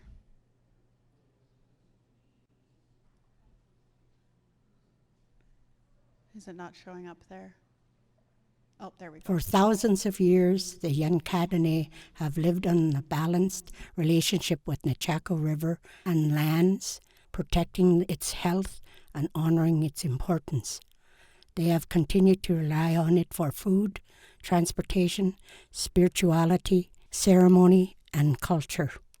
The river and the people sustained one another, connected through responsibility, respect, and generations of coexistence. In the 1950s, the province invited Alcan, now Rio Tinto, to build a reservoir and a hydroelectric system to power a new aluminum smelter. This led to a massive construction project, a dam, a tunnel through coastal mountains, and the creation of the Nechako Reservoir, diverting the flow of the river. The impact on First Nations was devastating. Cheslata Carrier Nation's lands were flooded and their villages burnt with little warning. Sacred sites and graveyards were destroyed. 8 kilometers of the river were left dry.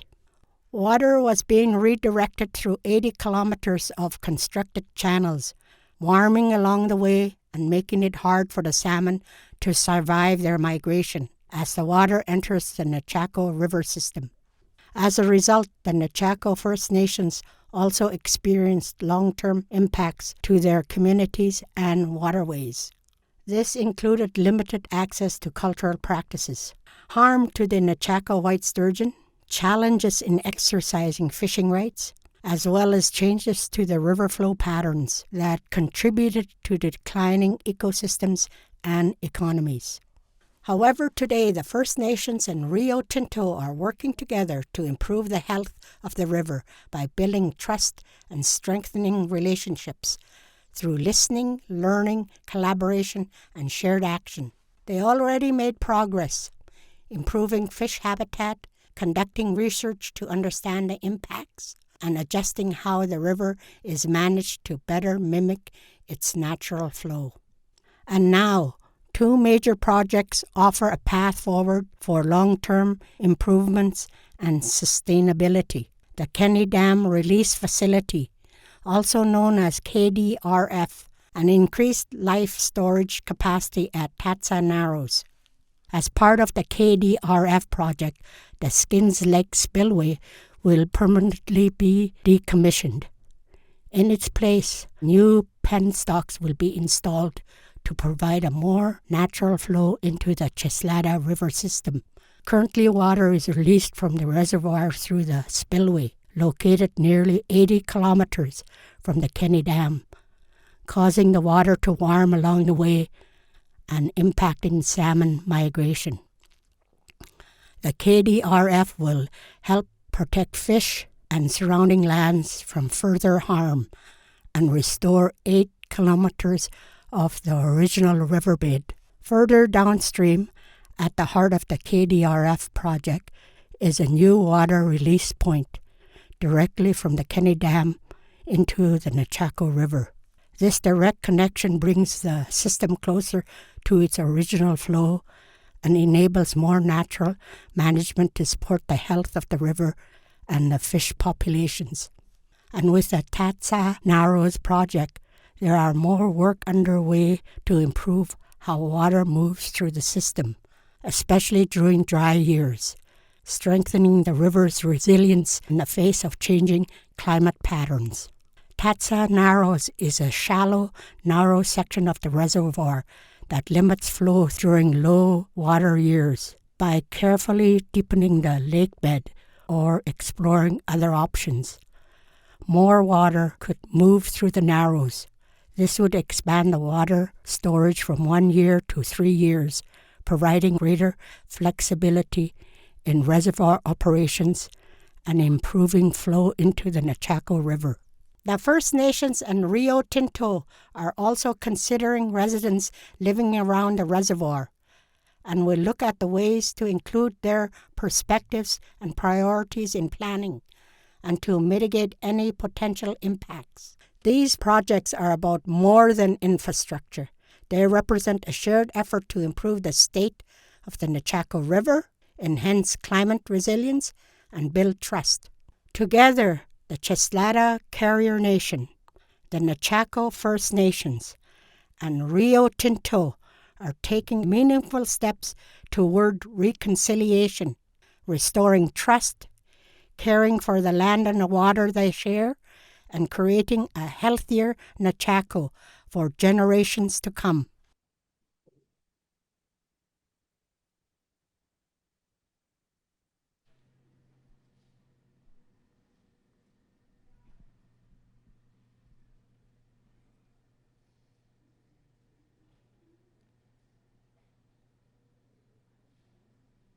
Awesome, thanks. Thanks. They did put in the chat, I think some of the people online may not have been able to hear that video, but there is a website for these projects. It's nechako.com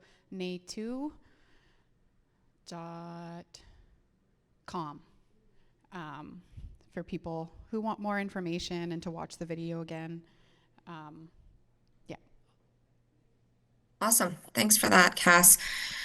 I think that video gives a really great overview of how unique this project is and the opportunity in front of us to work together to address some of the things that, in the last couple of minutes I've heard are, very clear concerns that we've been, facing that the community has been facing for a long time. So really privileged to work in this space with the community and the people working on the file. So thank you. Cass, do you want to speak about the logo contest? Sure. So through the project, we held a logo contest just for branding and just for the project. You might have seen some posts about that, and we're happy. One of our band members actually won. So this is Acacia Veenstra. I've never met her, but I fell in love with her logo, and I'm glad everybody else who voted felt the same. So she's created a logo that has some pictographs on it. So these are examples of rock drawings that would have been done across Dacketh territory for different messages. But so you can see in here, she's got trees, she's got the riverbank, she's got trout, and she's got sturgeon. I actually have a very similar tattoo that I created based off of petroglyphs in Dacketh territory as well too. So yeah, really awesome. Yeah, so that was a really fantastic way to kind of put an image to the work that we're all doing together and really make this project a standalone collaborative effort for everybody. And so it has its own identity that brings together the key elements that we're trying to address together. So thank you, Acacia. Maybe we'll switch to the next slide. Yep, thank you.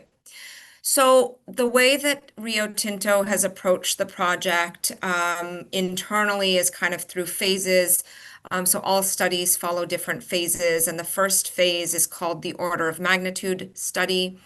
But the results really tell us that, we have to do this. Action is required to address the environmental and community concerns as well as the business risks.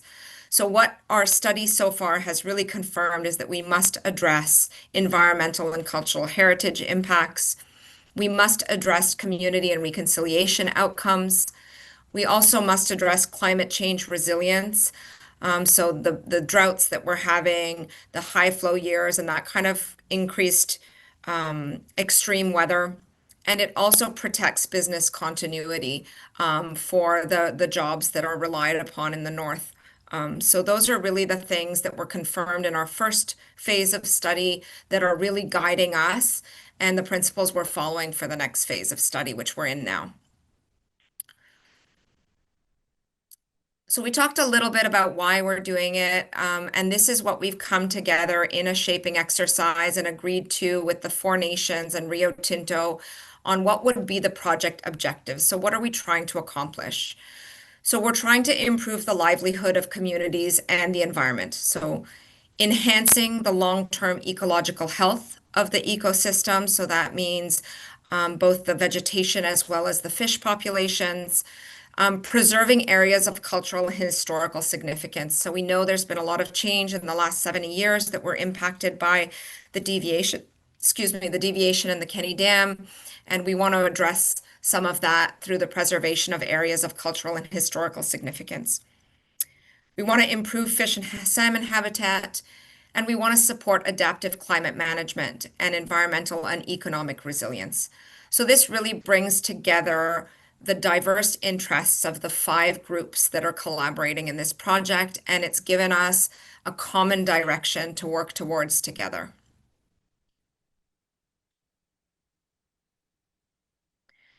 When we talk about what the components are, so I've heard a couple of them so far in the last little bit, but the Kenny Dam Release Facility is part of the objectives. So we're looking at moving the Skins Lake spillway, decommissioning that Skins Lake spillway in order to relocate a spillway at the Kenny Dam Release Facility, called the Kenny Dam Release Facility, sorry. We're also looking at that Tatsunaro's space and seeing what we can do there to increase live storage. I know you saw in the video that that takes it from kind of 1 year climate resilience to potentially up to 3 years of water storage, without decreasing the amount that's released. And really water and system enhancements. So what do we need to be looking at and doing in the Nechako Reservoir and the Nechako River, and the canyon, as well as the Chislata system and fan. So all those interconnected waterways and how we can enhance those waterways to achieve the outcomes that we talked about. What's the timeline for the project? Well, we started together on January 14th, in which everyone came together to sign what's now called the Infrastructure Agreement. So that brought together the 4 nations and Rio Tinto in the study of these projects. We completed order of magnitude in 2025-26, and in March of 26, we started into the pre-feasibility study. So that's where we are currently. That study is supposed to take us through to mid-2027. At that point, we should have a lot more clarity on what the path forward is. So what are the options that we want to carry forward? And in there, obviously, there is ongoing effort and focus on communication with the community, engagement with the community. So designing this with the nations, as well as obviously having government and funding pathways secured. So currently that's where we're sitting. The long-term timeline expectations are that these works could be completed by 2030 to 2032.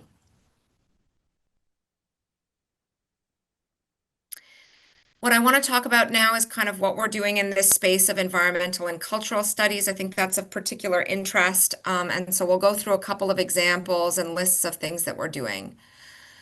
So in this space of environmental and cultural studies, what we're looking to do is study and understand the benefits and impacts. So what are the good things and bad things that could happen linked to the environmental values that we've brought forth together? They are completed by a technical advisory group, as well as a Rio Tinto study team and external consultants. When I talk about the technical advisory group, it's important to note that that includes members from each community. So there are representatives at all of these tables from all of the nations. And the consultants are often also nation consultants that are working to provide the environmental and cultural information to the team. The themes that we're looking at are fish, wildlife, water flow and temperature, land elevation, water depth, big focus on archaeology and cultural and traditional use, which is being led by the nations at this point. As we mentioned, the locations are the Nechako Reservoir, the Chislata Watershed, the Nechako River, and the Notley River. I'll just add, so in my presentation yesterday, I talked a little bit about some of the research projects that our department is involved in. So the water quality, the sonar, those are connected, but a little bit separate, but all of that information helps these projects as well too. And so we've been working with Rio Tinto on some of these stewardship, water quality, environmental monitoring for the past 5 years. And so these will be more studies that we're doing. Yeah, I just wanted to mention that. Yeah, thanks, Cass. So over this summer and fall, we kind of have our first field season, as they're calling it. And so we have people out on different areas of the territory doing specific studies to allow us to gather the information needed to start to kind of define a little more clearly what the objectives and what the works need to be done. So currently we have an Nechako Reservoir fish study, which is really going to look at how a deeper reservoir could affect fish populations with a specific focus on that Tatsunaro's space. So if we were to deepen Tatsunaro's, how would that affect fish populations? Could it be positive or negative? So that's being led by Trinity Consultants.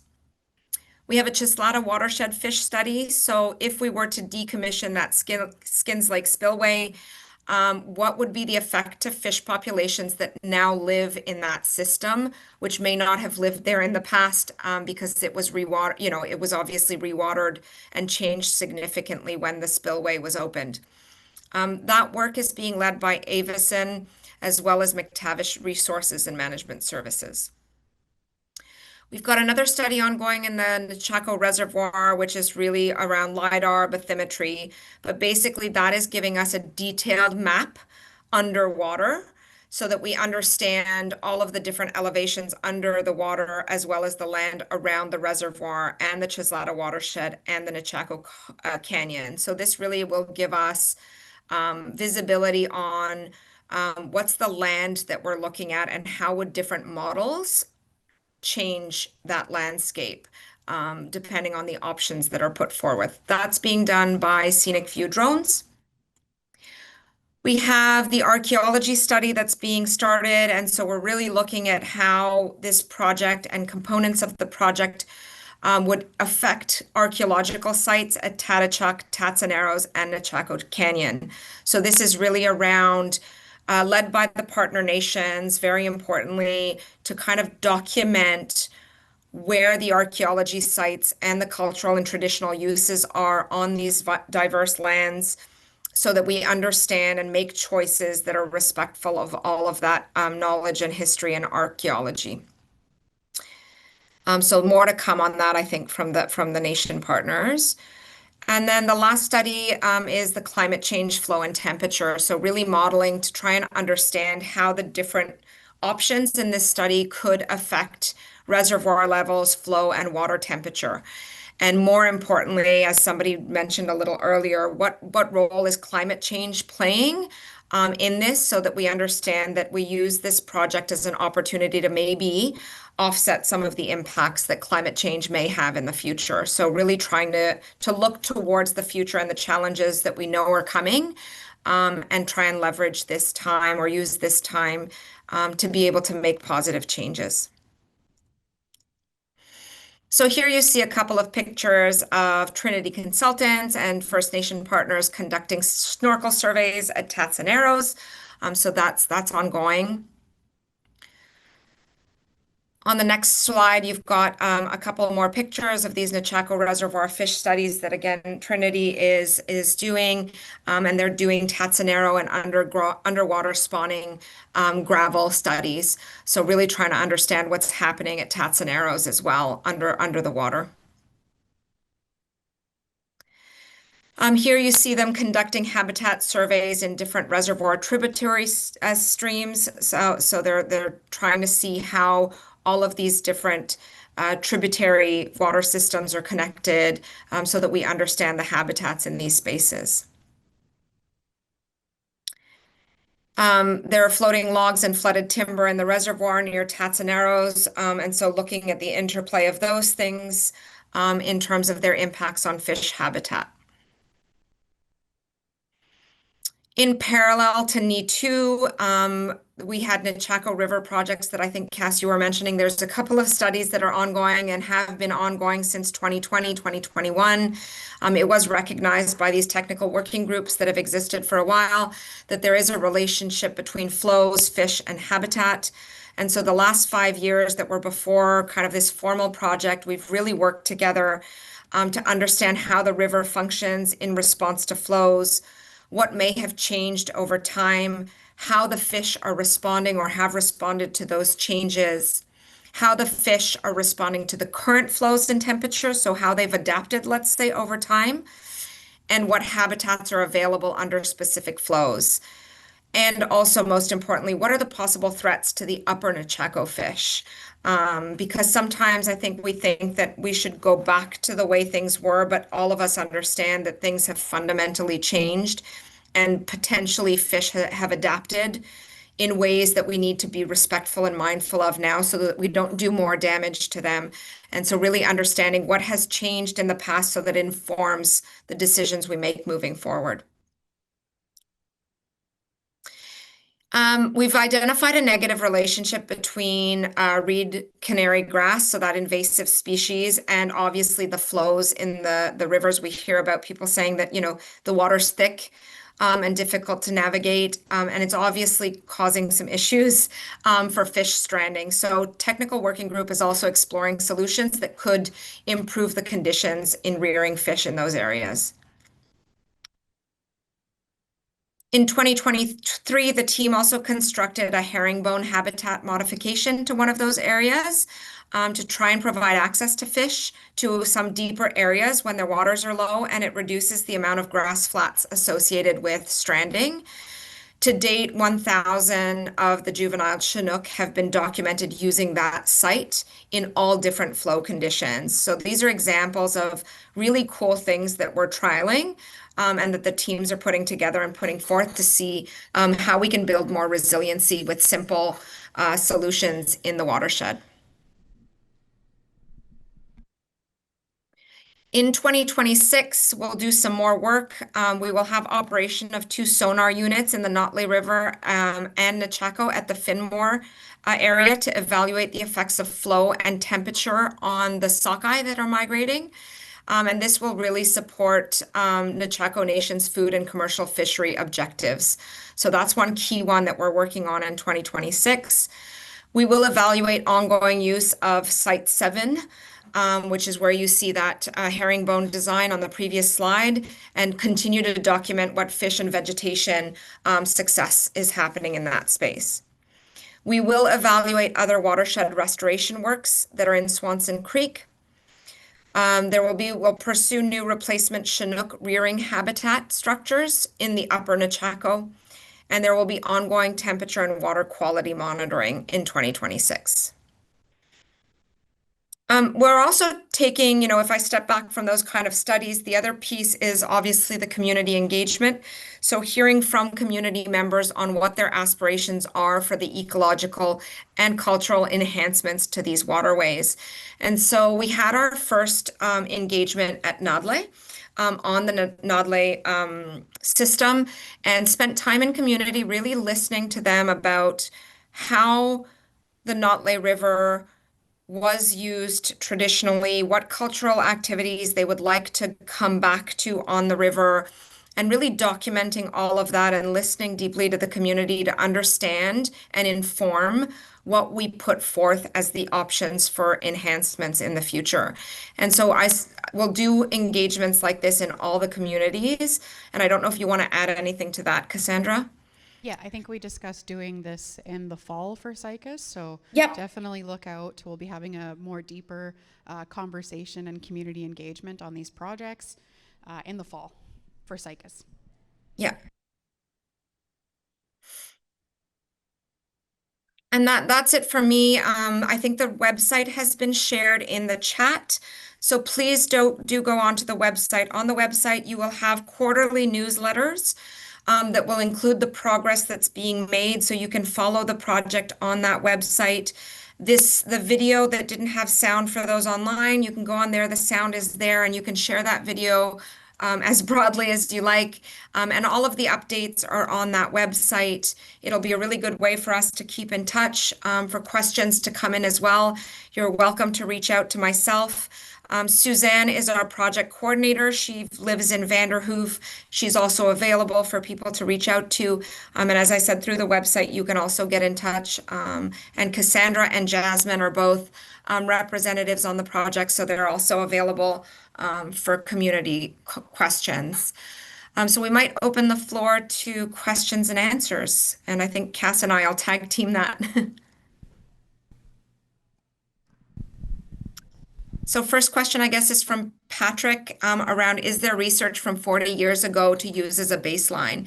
Yes, the data on the watershed is extensive. So one component that we're working with the nations right now, and this is what we're calling the Cultural Heritage Project, is really the gathering of all of that data, be it scientific data, be it oral histories, be it traditional knowledge and really gathering all of that data to be able to use it together and form a lot of that baseline. But Rio Tinto has been doing studies in this space since they began. So we have a lot of data.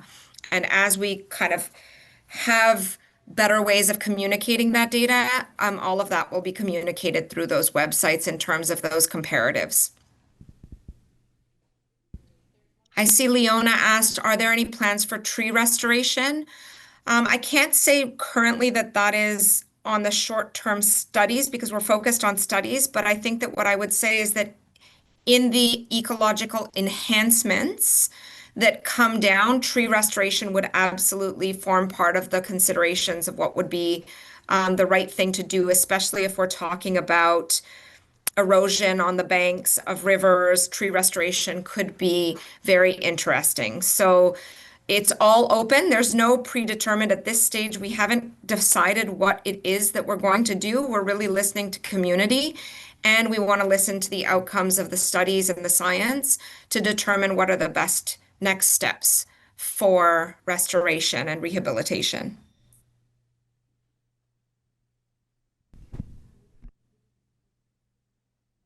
Oh, we just have a question in the room, Tina, so a couple questions. I'd like to talk about the Skins Lake spillway.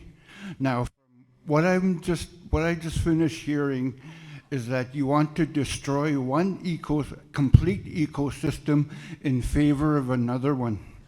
That is without a shadow of a doubt the stupidest thing I've ever heard in my whole entire life. That one takes the cake. Instead of doing that, here's what you could do. You could develop another whole ecosystem at Kenny Dam while still keeping the Skins Lake spillway, because that's the better option of the two. And I'd support that on any given day.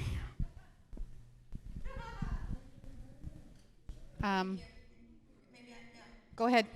Go ahead, Tina. You can go ahead and I'll follow up.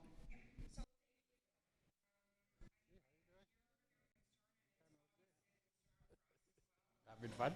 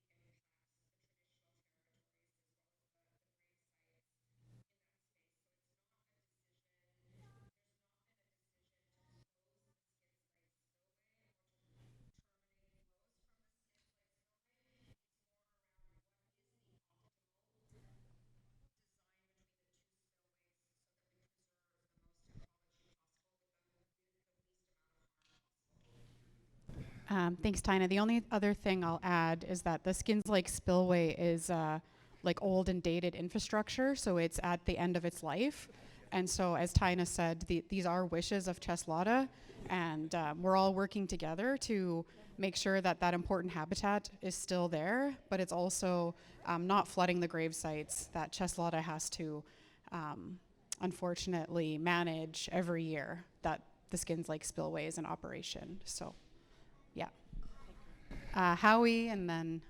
Thank you. Howie Alexis, Saik'uz First Nations off reserve for now.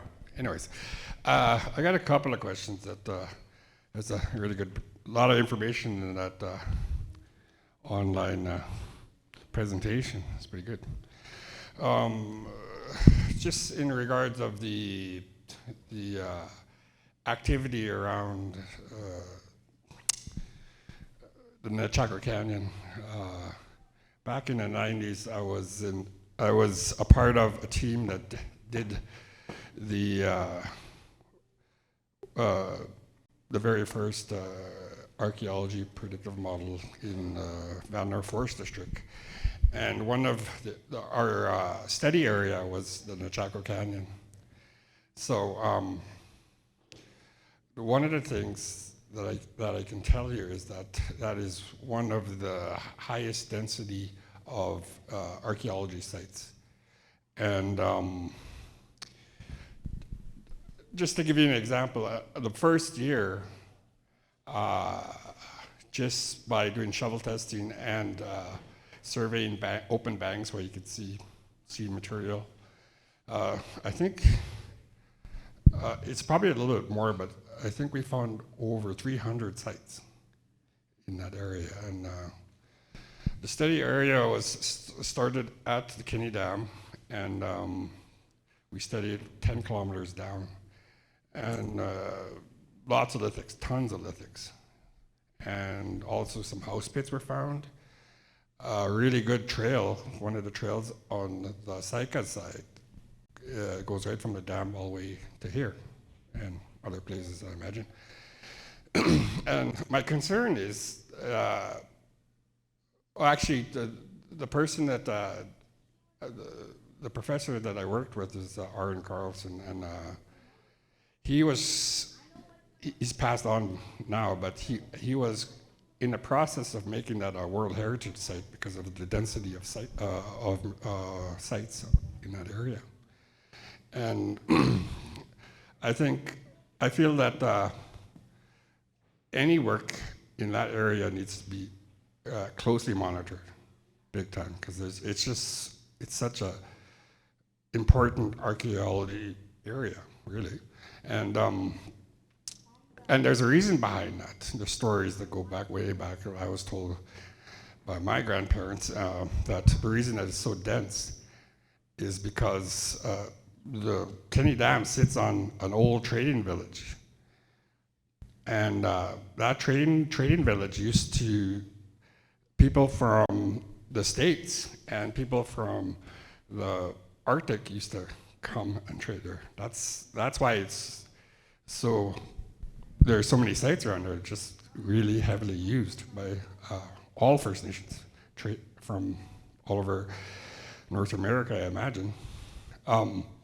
Yeah, so I just like to just to let them know, let you guys know that it needs to be monitored really closely, because we don't need to, the least impact on any of that site. That area, you know, it's our heritage, the First Nations people's heritage. It's our ancestors that we're trying to protect that stuff.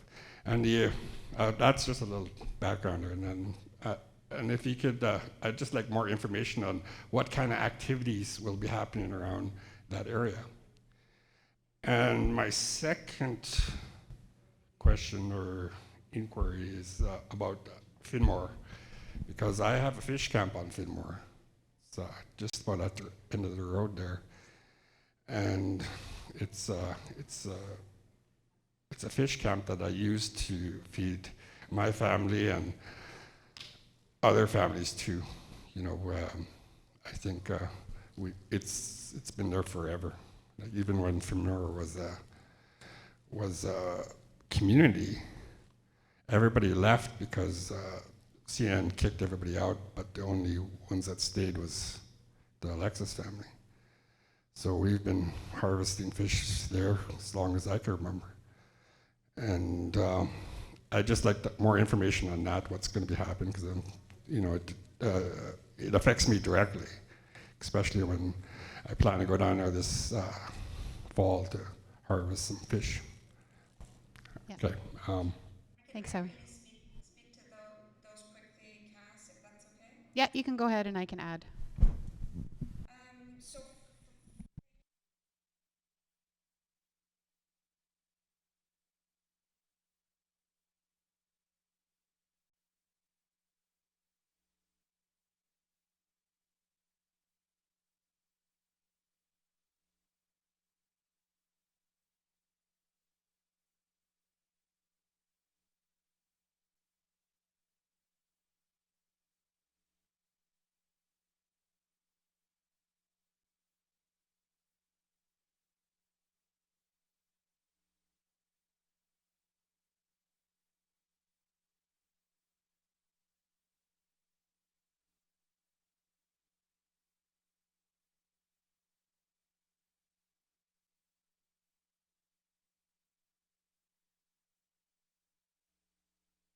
With respect to the studies at Fin.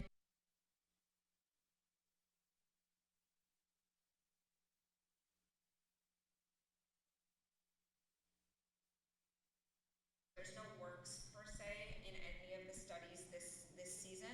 It's really more about investigating and understanding what's happening with the fish and you know the typical fish studies. And I think Cassandra's in a better position to talk to kind of what those look like on the ground. Yeah. So back to your first question, how it would be great to get you involved in the archaeology study. So we'll definitely be in contact when we get to that stage, because you definitely have a lot of knowledge and we'd love for you to participate and give us guidance for that piece.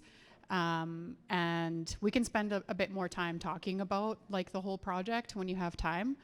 And then for Finmore, what we're looking to do this year is move our sonar that's in Vanderhoof. So right now it's upstream of Riverside Park. And the details aren't quite finalized, but we've been talking for many years about wanting to move the sonar further downstream. And so this is just to count fish. Yeah. And so it'll be our crew. So you'll see Eric and James and those folks if you're at your fish camp. Not yet, but I can let you guys know. Okay. Awesome.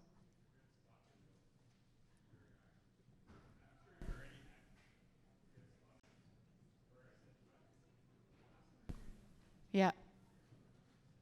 Okay, well, we can talk to you about that too. Awesome. Go to my right. Hi, Jamie Antoine here again. I just wanted to ask about is this what you guys do? Are you ensuring that mining companies are meeting the environmental obligations on their part? Mining companies such as? Anyone involved with this project? So this isn't about mining for this Okay. project. It's about, so the Kenny Dam, we are proposing a Kenny Dam release facility. And so Okay. that's to provide more water into the Nechako River. Okay. Yeah. And then do you monitor, because as I know you just say fish, but there are other, moose and deer, bears, other wildlife populations. Are those being monitored as well? Yeah, actually, there is other scopes for. Right? We've got a scope of work out currently for ungulates and Yeah. migratory animals to study. So I expect that that'll be in the fall. It's just not in this summer season. Yeah, and that was definitely something that some of our NFN people had brought up in the scope of the studies, is that we need to not just study the water, but we need to study everything around it All as of well the too. wildlife, yeah. Also, does the department balance conservation with the traditional harvesting as well? In terms of Harvesting. Yeah, we monitor it. So we usually talk to the families that set net and ask and record how much fish they've provided every year, or they've caught every year. Last year and this year is intended to be a pretty good fish run, but a lot of years our community doesn't harvest fish. And do you collaborate with conservation on that as well for harvesting? Usually it's DFO, but yeah, those numbers get reported to DFO. Okay. Yeah. Okay.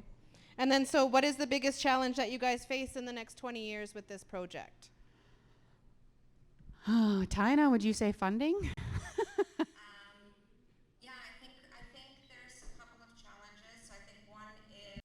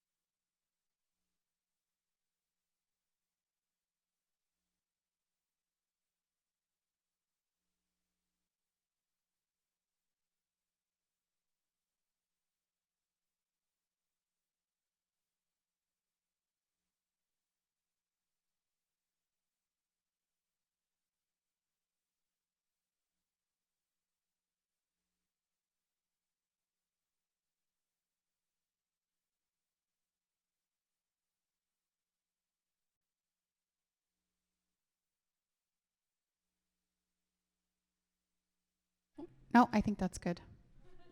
That's good. Ki- Hi, I'm Darlene Barfoot, and I'm from Saik'uz First Nations. I have a question here on, you're talking about Rio Tinto doing this, doing that. So how is that going to benefit our nation? You're talking about all the other nations but Saik'uz First Nations. I'm happy to take that if you'd like, Cass. Sure, I can add. So as part of the agreement that was signed in January, there is a very clear notion of partnership. So it is a five-way partnership. So although Rio Tinto's study team is in the back doing the administrative work, all of the inputs, so we have 1.5 full-time people from Saik'uz sitting in the project, and the same for each nation. Capacity funding is provided for all of those representations. So the project doesn't exist without the involvement of every nation, and all of the decisions are being made by all 5 parties at the table. No decisions are being led by Rio Tinto. It is absolutely, and that's why the branding is so important, for it to be a different brand than Rio Tinto, because it's not a Rio Tinto project. It's just a project funded by, in part, Rio Tinto, and it's a collaborative effort between all of us. So it's very important to us when you think about the studies will include, so these fish studies include members of community. There is a notion of, opportunities for procurement services. So as we get down into and closer to working on the grounds, then we will be looking at prioritizing each of the First Nations and Saik'uz members in terms of opportunities for employment, opportunities for learning, opportunities for apprenticeships. And I think that's built into everything that we're doing. And we really rely on the nation partners to continue to identify for us how they would like to be involved in every single aspect. So they're drafting all of the scopes of works with us. They're choosing the service providers with us, and we're privileging any service provider that has an agreement with the nations or is nation-led. Okay, who are the 2 Saik'uz members that's supposed to be on this board, or? Yeah, so myself and Jasmine participate in this project and help collaborate. And I will just say, the relationship with Rio Tinto has really changed through this project and even before that. And in January at the Natural Resources Forum, Rio Tinto's leadership with our leadership did a panel, and it was about from conflict to collaboration. And so it really spoke about our journey together, how we were in the courts, and now we have an agreement with Rio Tinto, and they are building this project with us in partnership. And so I'm really happy that from the get-go, when we first started talking about this project, they included us in this big workshop with all of these engineers, and a lot of us were like, holy crap, there's a lot going on here. But it was a great opportunity for all of us to learn. And so what Tina is saying is that myself and Jasmine and other people from Saik'uz, Cora was involved early on. I think we've had some members of council participate in some of these kind of project shaping, order of magnitude studies. And so it does feel like a true collaboration, and Rio Tinto has been really great for us to work with. So what are you hoping to come after all said and done? What are you hoping for this to come out at the end? That Saik'uz First Nation's going to be on the first, or are they going to be at the bottom again as usual? Well, the whole purpose, the whole reason we had the court case, the whole reason we're working with Rio Tinto now is for the sturgeon and for the salmon. And I always continue to bring that back. And so for us, what I really want to see is more water in the Nechako. More like a better habitat for them, and that is why we're doing this, and that's the benefits that it'll bring for our future generations and the river. Yeah, when I was back in my younger days, we used to have fish camps up there, and now we got nothing. We don't even get the fish at all, unless we ask other nations if we can get some of their fish. That's not right. Like Rio Tinto took everything from our people, and they're still taking. Like, when is it going to stop? Yeah. Sick and tired of hearing about Rio Tinto. They took everything from our nation. Our nation's got nothing, no food, no fish. Time to put a stop to them. Sick and tired of them, talking about them. They don't care about our people. Our people could starve and they'll just sit in their big chairs and think they're all that. Start doing something about it for our people. They need the fish. Thank you. Thanks, Darlene.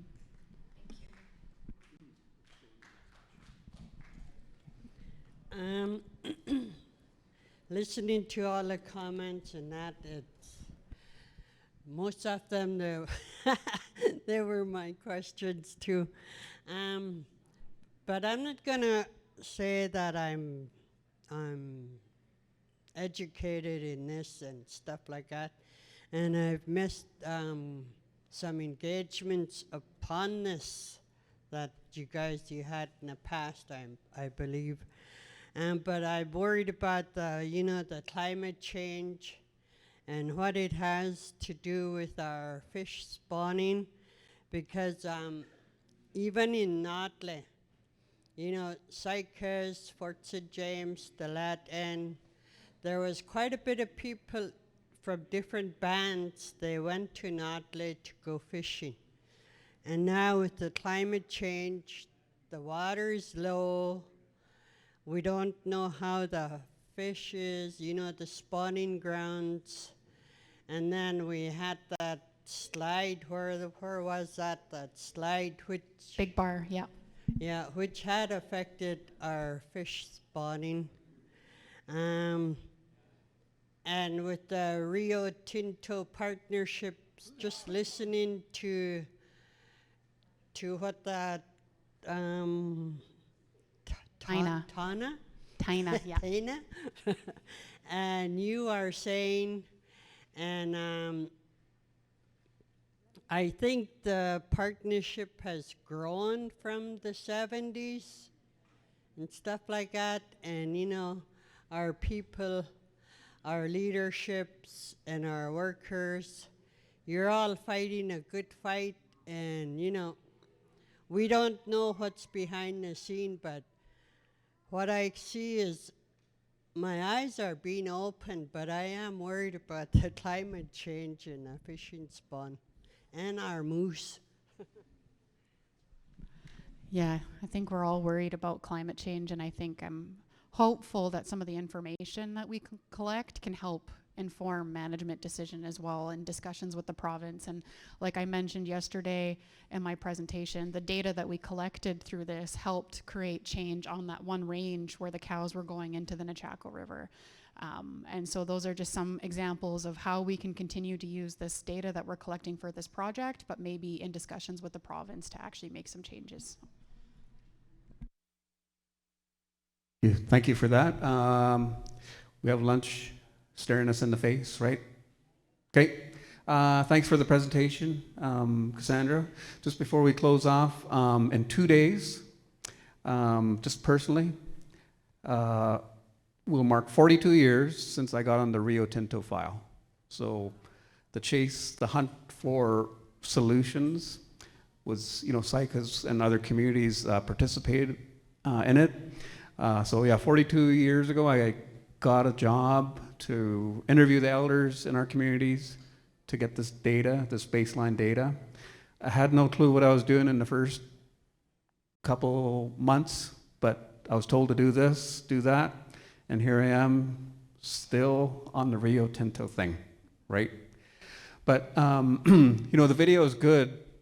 And I've been out of the loop for a bit there, Cassandra, for a few months. But what I would put more emphasis on is the water heats up every year. So when the water heats up to 20 degrees, 40% of the fish stock, the salmon stock, disappear. They're dead. When the water heats up to 22 degrees, 60% of the fish the salmon die. That's why they're not on our dinner table, and that's why they're not in our smokehouses. So that's the real purpose behind, one of the thrusts behind these projects that Cassandra has been a part of in the last 5-6 years. And that's really part of the Rio Tinto court case that Saik'uz has gone through, is to push for change so that we could get that fish back at levels that could sustain us. So if we don't have that fish, we don't have the culture. So that's the drive there, and is to get more water so we could have more fish. That's the very simplest. I guess, Darlene, you were saying eliminate the $100 words.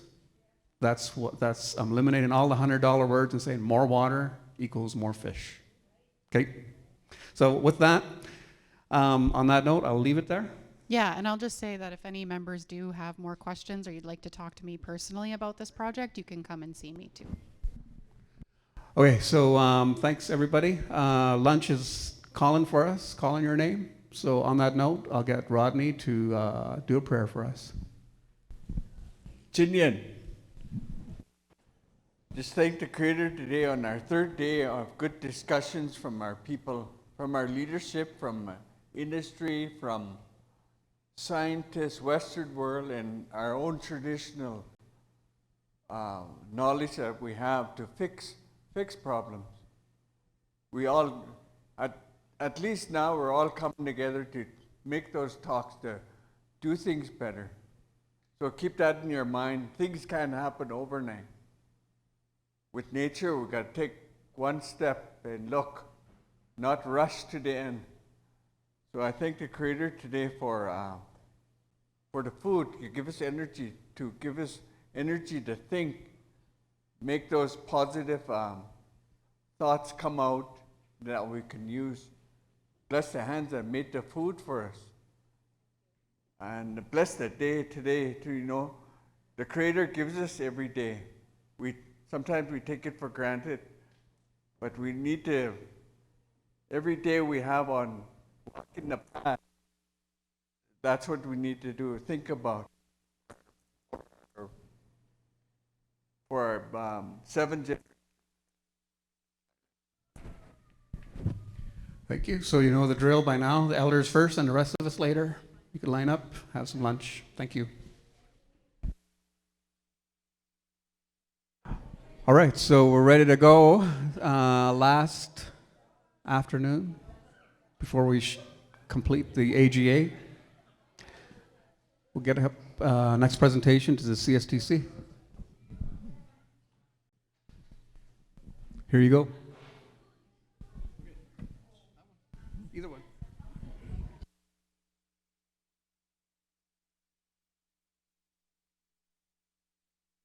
Hari. Taindo sicha suesto asda junto.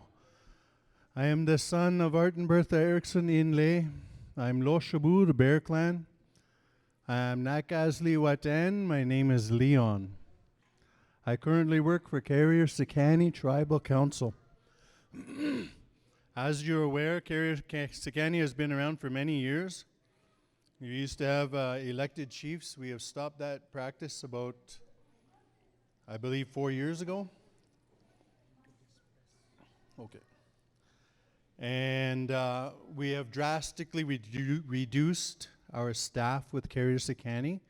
As a result, we also reduced what we offer our constituents, of which Saik'uz is one.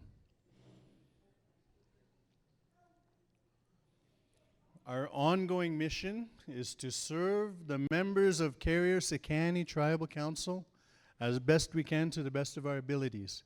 We currently operate under a board of directors, and our governance is guided by a general manager. And for the last 9 months, I have been in that role of general manager for Carrier Sekani Tribal Council. We offer services such as fisheries.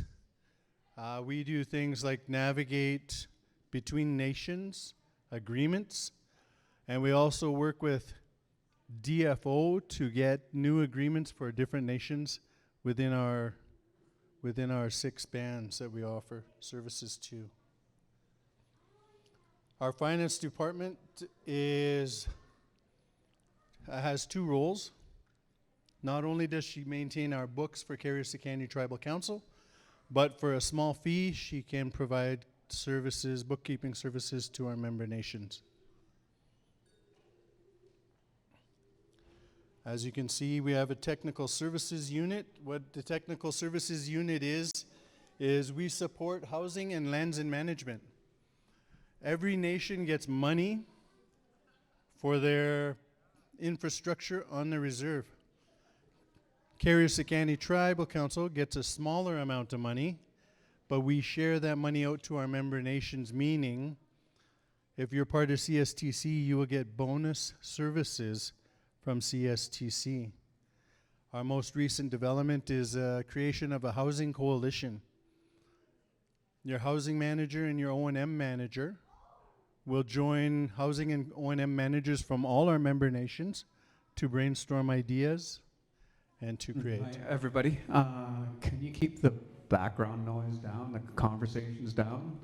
Or you could go outside and have those conversations, because it's getting difficult to hear the presentation, especially for the folks online. They have a difficult time hearing the presentation if the ambient noise is too loud. Okay, thank you. Must see. Being a guest, I would never ask you to do that. So must see David, right? Yeah. Thank you, David. Yes, so we provide extra services to your member nation.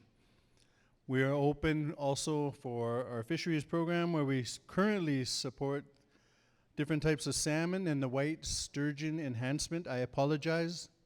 The Caucasian sturgeon enhancement. I'm teasing. Our fisheries program is extensive. It runs from May until the end of September and mid-October. And we also have 2 certified status card persons able to complete your status card application for you and with you. We work primarily out of Prince George, and upon request, we can come to the nation to provide additional services to support each nation. We have an archives and library. We currently are working on grants to digitize every single file that we have at CSTC. Once all the files are digitized, we will give your nation a login name and a login password, and any of your nation's files that are stored within our system, you can access at any given time from any computer or device. We are currently working on a storytelling project. We received a grant to create a book of short stories. How our process works is, if you have a story that you're willing to share, we will record you telling us the story. We will then type out the story for you. And once it's typed, we will help you get that story copyrighted in your name. Then legally, it'll be your story in your name. And then we will practice the traditional system and ask your permission to share that story in our book that we're going to give to all our member nations. And that program runs right until Christmas time. So if you have a short story, a memory, a legend that you want to share, and allow this story to be shared to all CSTC members, please reach out to our office as soon as possible. Must see. Any questions? Yes, you back there in the hat. No, there's nobody back there in the hat. So, Masi, thank you. And you, Stenla. Take care. Thank you.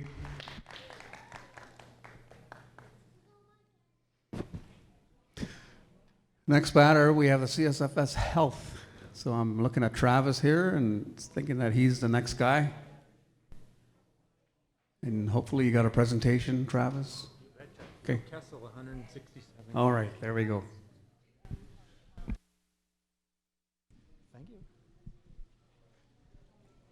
Denise Saik'uz Skyze, Hadi Sootsen, Travis Hollick, Biskai Sachni. Hello everyone, I'm Travis Hollick and I am the Chief Administrative Officer for Carrier Sekani Family Services. And so I'll provide an update on some of the health services that we provide on behalf of Saik'uz. At Carrier Sekani, again, we have the child and family and the health services under one banner. And our vision, both as an organization but also in health, is to provide a full continuum of care at CSFS. So some of the areas that I'll talk about that we've been focusing on is our community support, the medical withdrawal program, so detox, which will be at Tachik Lake, but also in the meantime in Vanderhoof. I'll speak a bit about that. We're working on the residential treatment. Again, we have Ormond Lake going. And then some of our kind of flagship programs, primary care. Once we get Tachik up and running, we'll be focused on second stage recovery as well, making sure that people have places to go post-treatment. We have our mental wellness team, health promotion, and physical activity.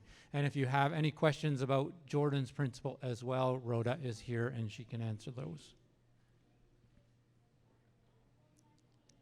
So again, we believe that culture is healing, and so we've worked really hard to put culture into our programming and also meet people where they're at in terms of making our services as low barrier as we can, bringing them out to the community. So the physician services and other services that you see that are now out in the community, and that's really part of the approach that we're taking. Next, they'll focus on the mental wellness program. And so under that banner that is headed by Marilyn Jansen, we have the substance use recovery program. So that would be our services at Ormond Lake that will transfer over to Tachik Lake once it is in place. And Tachik Lake, we're thinking that it will be built. Warner's pushing for November of this year. It may go as far as February, but Warner's really pushing for that November date. We have had some hiccups as well in terms of the build, but also the funding through Indigenous Services Canada and others that Warner has been working diligently on to make sure that the center is the flagship big program that we want it to be. I'll speak a little bit about child and youth mental health. I've got a couple of slides too, but again, that's a program that's primarily at the schools, but the team does provide some community-based services as well. The community mental health team and mental health support services. So with that, we have the ATSU program, we have the wellness workers, and the IRS support. In terms of mental health services, just to kind of, in case you're like, who is that? Adam Armstrong is providing services Monday and every second Tuesday. Lindsay is here Wednesdays and Thursdays. And Beth is the person that's providing that child and youth mental health. And then Shayla is providing that support role. And then I also wanted to flag that one of the things that will be happening in the coming month or so, I don't think a date has yet been determined, but there will be a workshop and also a few other fun events. So again, trying to reduce stigma and also encourage child and youth to begin accessing those services. And then on the side there, you can see in terms of mental health visits, for community visits, there was close to 852, and child and youth mental health, there were 229 visits. This is for 2005, so we pull the stats on a yearly basis. The other thing that Marilyn's been working on is adding programs and services. So again, kind of tied to that idea of attachment to culture. We've got the Good Medicine series, an alumni program. So having those who have been to Ormond Lake, that we would provide follow-up services to them. We as a team have been working on a children with complex care strategy. It again was Warner said, like, we need to have a strategy for those kids that need access to specialized services. And so we've done a report. We've worked with a number of families where they kind of spoke about some of the barriers that they have to accessing care, so that we could kind of do a map of where some of those roadblocks are. And so that report will be coming out, and it will also follow through on some of the work that Dawn is doing, where we're hoping a center dedicated to children and providing the assessments that they need. Other things we've had is the Restoring Balance series, and that again will be a carry-on. We got funding through FNHA, and so the plan is that it'll be a 2-week program, and then once we're at Tachik, it will be a 4 full-week program. Both like kind of throughout the organization as well, we've had a focus on men's wellness, recognizing that men often don't seek out the care that they need. And so it was Marilyn who did a lot of the strength and solidarity events, one of which was in Saik'uz at one point. This year we did the conference that was actually in Prince George. Similarly with women's events, and there was a conference in Prince George that just took place. Another important thing that we've been working on is adding more mental health staff and intake workers, as well as our overall structure. So Marilyn's done a really good job of implementing a structure and recruiting people to support the work that our workers in community are doing, which helps with recruitment and retention because they feel more supported. We've added the emotional support. I kind of touched on the ATSUs, but the ATSUs, I'll move on one more slide, but the ATSU program is really the idea behind it is, again, that cultural focus of having grandmothers in the community. If people don't have someone that they can go to, not everyone needs that fulsome mental health support, but sometimes they just need someone to talk to, almost like a grandmother. And so it, again, is attaching our services to culture and recognizing the strengths and promoting the strengths in the community.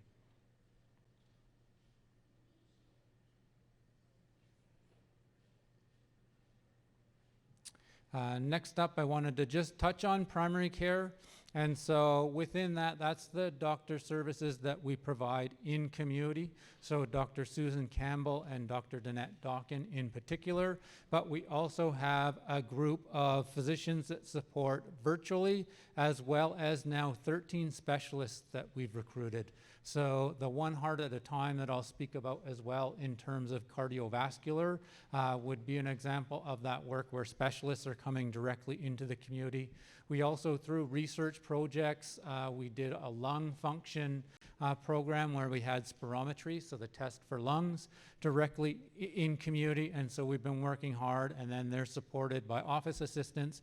The nurse practitioners work primarily in UBA clinic in Prince George, and so that's a nurse practitioner run clinic, but any Saik'uz member can also access services in Prince George, whether they live in Saik'uz, but also moving to Prince George. And we've added now registered nurses that are specific to primary care, as well as social workers. So recognizing sometimes people need certain forms and things that are filled out, that those social workers do that. They also, we do integrated care team work. So the overall team gets together when there's a really challenging case, and they all work together to come to solutions. And it's our social workers that are the ones that lead those integrated care teams. And again, some stats just to give you an idea of the level of service that what we're providing for Saik'uz specifically. In 2005, there were 6,223 total encounters. Clients seen in the clinic, again, we break it down by phone calls, home visits, telehealth, and so you can see the numbers there. Our RNs, Matthew isn't here, but he oversees our nursing team, and again, clients seen in the clinic is over 1,200.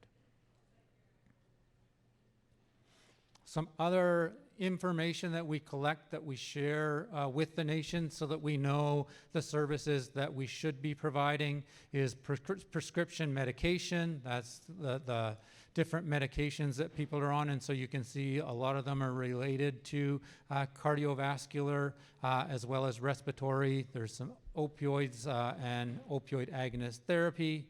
Another thing that in one of our meetings that a community said, it wasn't Saik'uz, but another community said, You also need to collect some information on traditional medicines, and so we've just started that work around when it is a person who is attached to CSFS.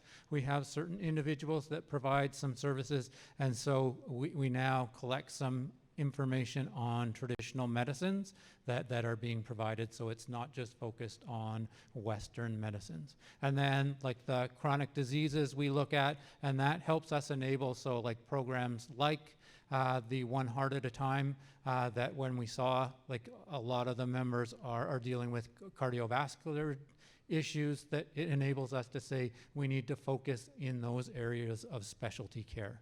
Similarly, again, with the respiratory, high mental health, are some of like the chronic issues that we're seeing, and so we then put resources towards that. And then at UBA Clinic, I just added this as well because a lot of the things that we're seeing in our urban center as well as in the communities relates to drug and opioid dependence. So this is an ICD-9 code is just the reason that somebody came in for a visit. And so you can see that a lot of the concerns that people are coming in for are related to mental health, pain management, but also a substance use disorder.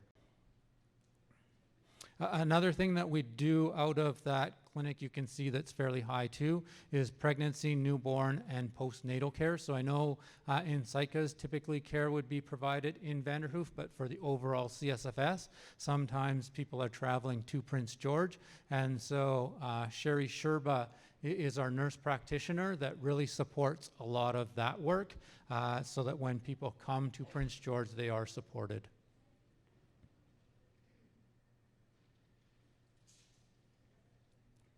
And then based on an evaluation that we do of programming, a program that's probably about 3 years old, but still in its infancy, that we said we also need to focus on, if you think about holistic impacts of care, is health promotion and physical activity. So looking at diet and exercise and the impact that they have on somebody's wellness.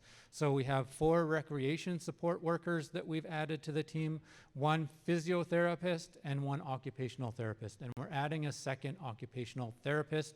Interviews are happening next week, and we have a couple of really good candidates for that position. And then some examples of the things that that team is doing is the Learn to Skate in Vanderhoof that they've been doing each year, the CSFS hockey tournament that has become an annual event that really brings out a lot of individuals, a lot of elder services, and I should mention that Bianca, from the research that we did around elder suicide, we've now taken that research, and that's something that we do too. From research, we then move it into programming when we see it's a need. So Bianca Michelle is currently working on elders programming, and so she's been working closely with this team as well to do elder exercise and different things in each of the communities, and also building that plan for elders care. The Vanderhoof Bike Camp actually just happened last week, and you can see I added a picture up there. And so again, just different things to keep people active, and it also gets people out.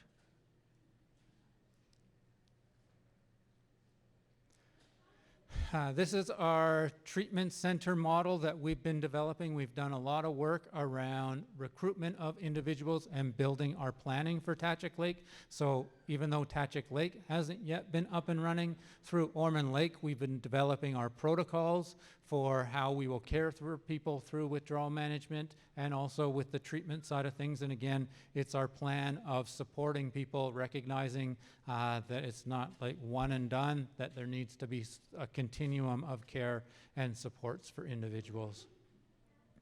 So this is the program. Our Director of Clinical Care is Tracy Day, and she is provincially recognized as one of the leaders in care. She's part of the BC Centre of Substance Use and Addictions as well, provincially. And so she's been developing all of our protocols for how we will be providing substance use and withdrawal management. I'll also speak to, in terms of the work that we are doing, we have we've been working with Northern Health for the past few months, and so in Vanderhoof, on the site that is typically where service providers stay when they're not local, we're taking over that building, and so there's 6 beds on the main floor, but 5 of them we'll be using for withdrawal management. We hope that will be happening in August, so we've just been building the team. We have 2 nurse practitioners that have signed on, and we have about 4 nurses as well. Questions, I'll do them at the end if that works. Does that work for you? Perfect. Yeah, so, and then we have a number of care aides and that we've been interviewing, and so we're building a team, and the good thing about that is that as we build the team, Tachik Lake has been a bit slow to open, but we'll be able to provide that service. And then when Tachik Lake is open, we won't start the recruitment process then. All those individuals know that they will then be moving to Tachik Lake. So we'll really be able to hit the ground running. And that's similar with the treatment side. Maryland's team that's been at Ormond Lake, they will transfer over to Tachik Lake.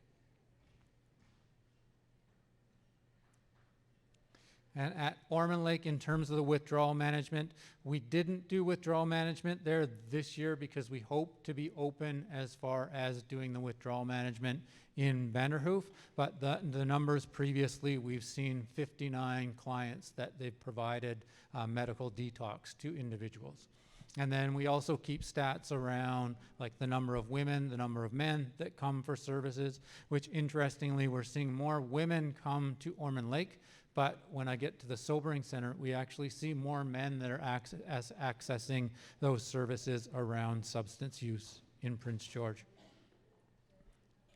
So the sobering center, for those who may or may not know, on 2nd Avenue, so sort of by Surplus Herbies, if you know where Surplus Herbies is, but on 2nd Avenue, we have what is called a sobering center. And so it's just a place for people to go. Right now, it's non-medical, but it's just when people need to sleep off substances that they can go there, and we have people monitor them and then provide some food and a snack kind of after they've slept things off.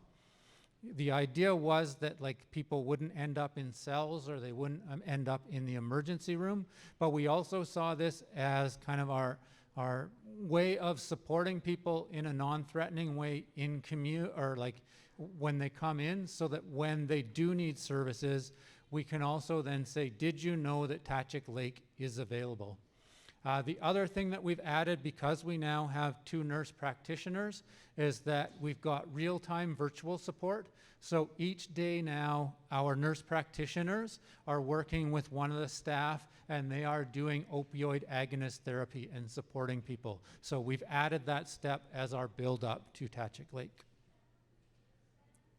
And again, we keep stats, and this just gives us an idea of what we're seeing in terms of substances people are using. So you can see opioids, stimulants, alcohol, and marijuana are kind of the 3 kind of top things that we're seeing. And then we also keep stats around gender, and average age is 38. So we're seeing kind of that 30 to 40 population as the main people who are accessing the services. And for us, like interestingly, males are accessing this service, but they're not actually going to the withdrawal services that we've had available previously at Ormond Lake. So again, trying to figure out how we support our different populations that need support.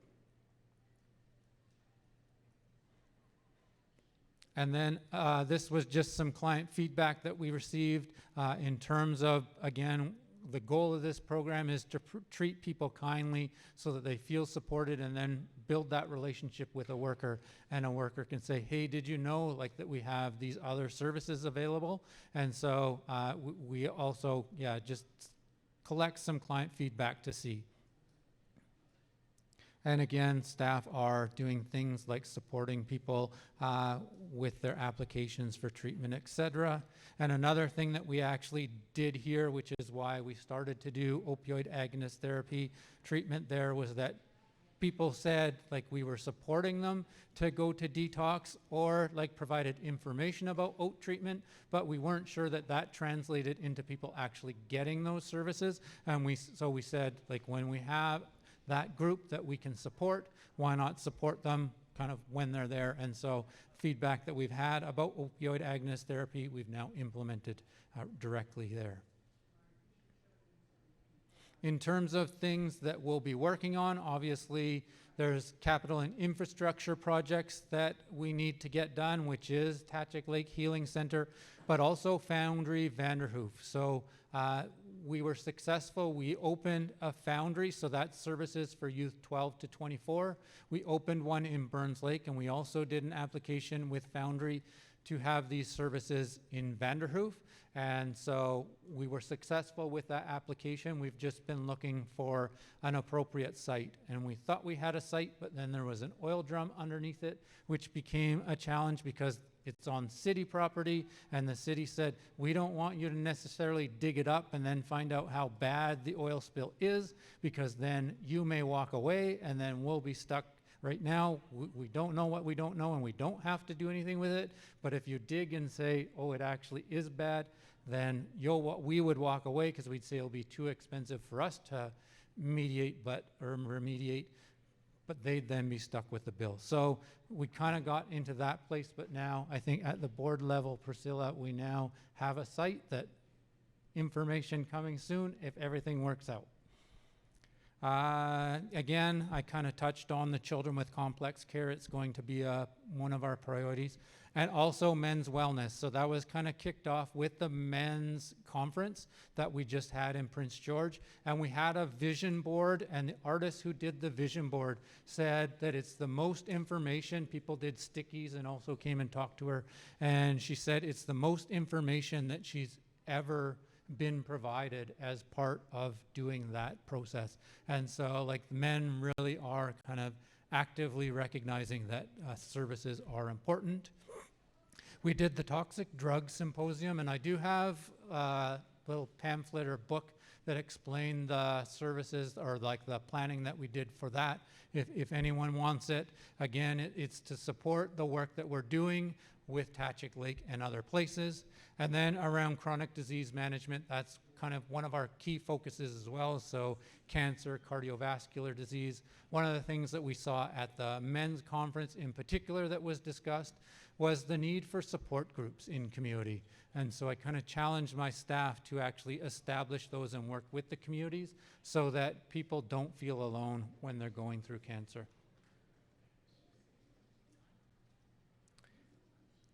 Again, kind of touching on how we combine research in health and health care.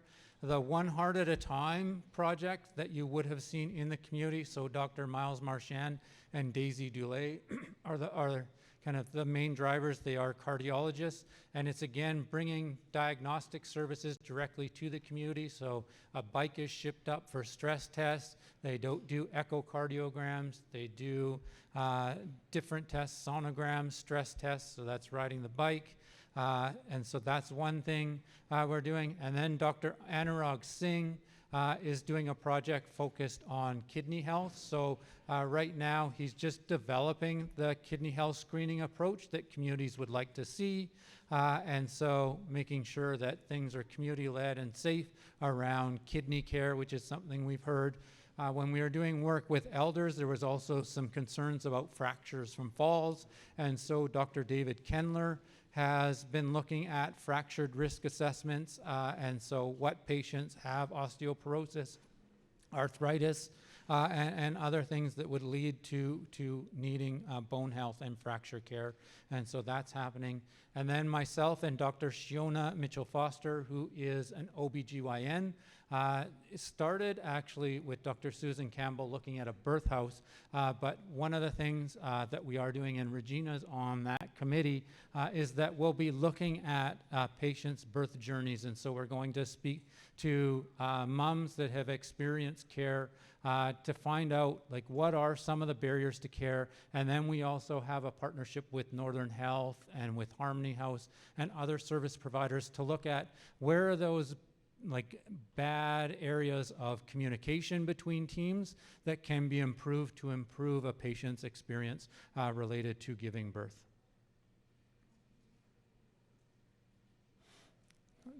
Here's some additional stats and also patient perspectives on the One Heart at a Time.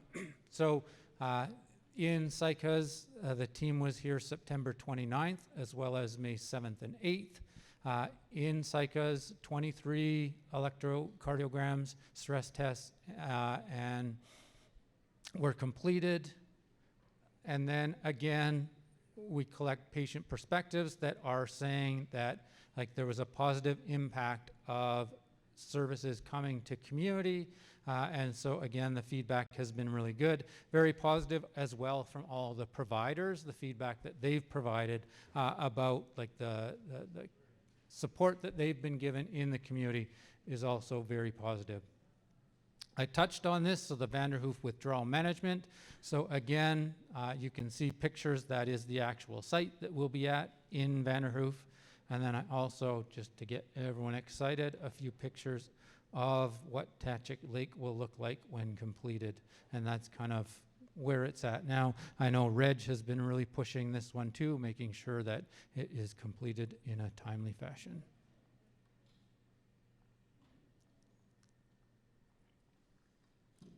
So still to be done that we're looking at would be the second stage recovery homes. So we recognize that Tachik Lake will not be enough, that there needs to be supports when people are done with treatment. So supporting them in re-entering community and in a safe way and in a way that supports them with social services and other things. We also are looking at an ATSIAN program, so looking at grandfathers, so again tied to some of the work we're doing with men, so it'll be men supporting men. And then Center of Excellence is our overall vision for Tachik Lake, is that we want it to be a center for the north, where basically, again, the geography is a little bit different, and I know Tachik Lake has some cultural significance, and so it's not like it's typically done in Prince George, where detox is right near a merge and other things. And so we want to demonstrate the importance of culture. We want to demonstrate the importance of doing things different in terms of the withdrawal management and the protocols. And so we call it a center of excellence because we want to train people from community, but also throughout the north, about how care can be provided in rural settings and be leaders in providing that care. So these are kind of our three main pillars: research, evaluation, and learning, clinical practice, and also training and workplace development. And we've been doing that all along as well with the work that we've been doing at Ormond Lake. So we've been evaluating services, and year over year, we've adapted the services to reflect the things that people are telling us in evaluations. Last thing I wanted to touch on, so the Elders Conference will be September 22nd to 24th. I believe our AGA, we've now added a day, will be on the 21st. And at that event, one of the things that we will be doing, it will support our elder strategy, but we also will be launching a book. So this is hot off the press, will be done in September, but that is the cover of the book that we're proud that was part of the youth suicide research project. So with that, I will say Snachalya, Saicho.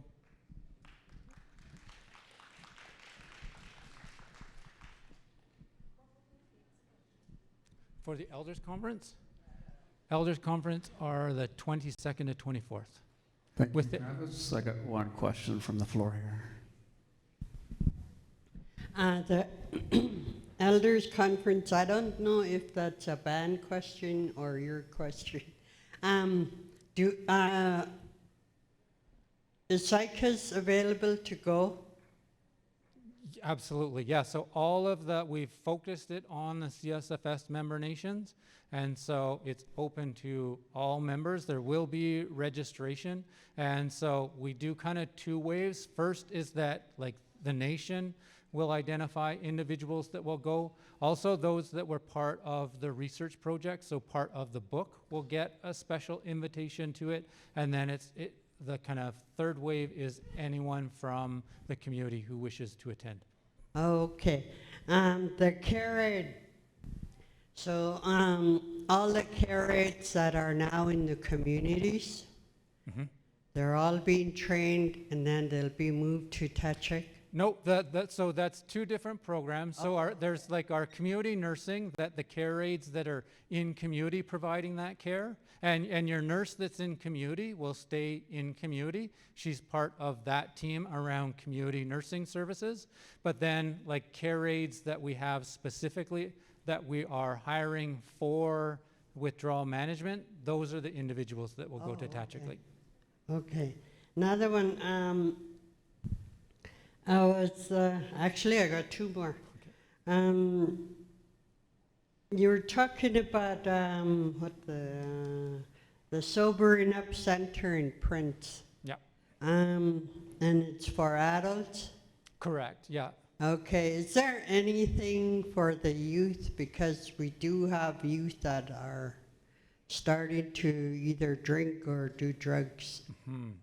So not specifically at the Sobering Center, but one of the things that we are looking at once we open in Vanderhoof is that because it will have 5 beds, the idea would be we can actually decide that like for a certain week that we would have it dedicated to youth, and that's something that we're looking at because we recognize that too. And internally, in terms of our youth services, supporting youth with substance use is definitely on our radar as well. But that's one of the tangible things that we will be doing, is having a week where we would provide that medical detox to youth. Children that have problems with hearing and speech therapy, are you guys going to provide any of that?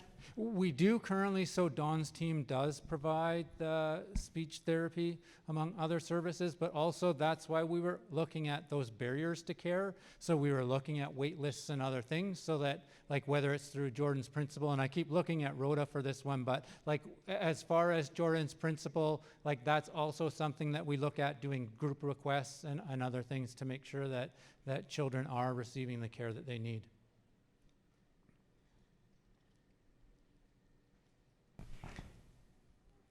Are you going to read those? I don't have my glasses. I can't. Travis is blind. Yeah.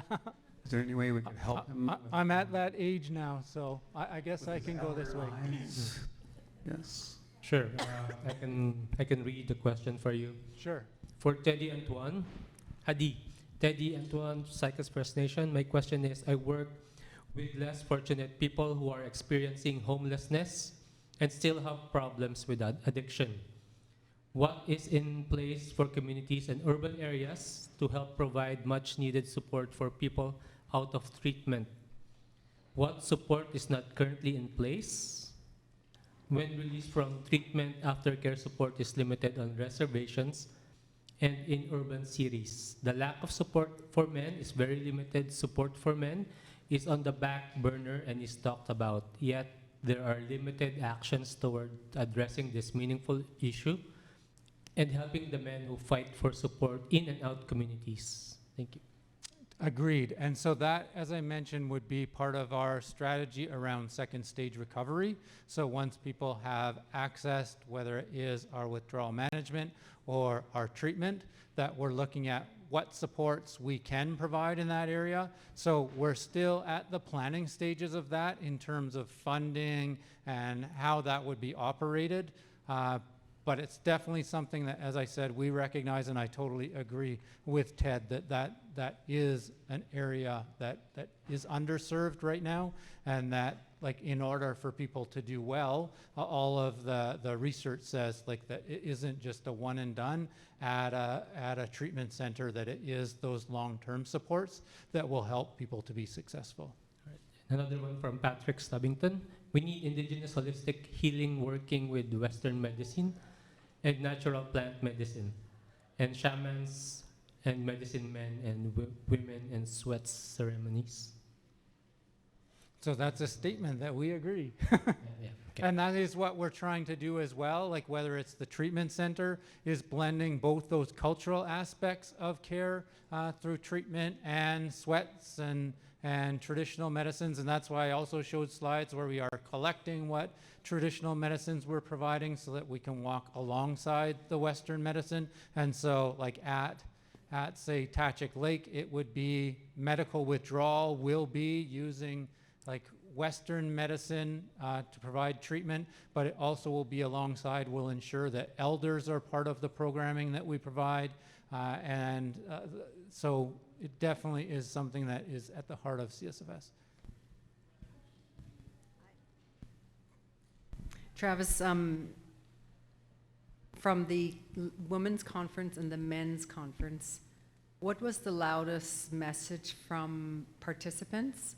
And is there a follow-up, like if they had suggestions on different ideas for the for each conference, and what is the follow-up on CSFS side? Okay, yeah, so I can speak to the men's conference. I didn't attend the women's conference because it was the women's conference.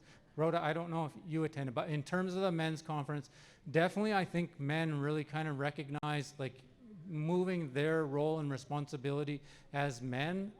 The other things that a lot of kind of information that came through is really seeking the care that is needed and that it's okay. A lot of discussion of substance use there in terms of the support and the aftercare that's needed. And then again, like in terms of supporting men, is that we will have like the groups for those that are impacted by cancer. And there was a talk about like, so as an individual who had prostate cancer as one of his cancers, and like he discussed how like even concerns about impotence and other things, that most of the initial when he went, like it was only women who were there and he didn't feel comfortable. So specific services for men. We also, in terms of like, this was one part of our men's strategy. And so we have now Clayton and Tim who are leading our men's wellness strategy, and they've identified individuals from all of the communities. And so that will be a working group to kind of take all that information that we compiled at the conference and determine what is our men's strategy, what are going to be our main focuses going forward. And then Rhoda, I don't know in terms of the women's conference. The women's conference, they focused a lot on aftercare and cancer treatments. They want to see more cancer treatments closer to home and more access to preventative medicine. And so I think all of the information that was gathered is now with our quality and innovation team to wrap it up into a report that will then go out to community. But I know a lot of the women were talking about the need for that preventative medicine so that they don't end up having to deal with cancer.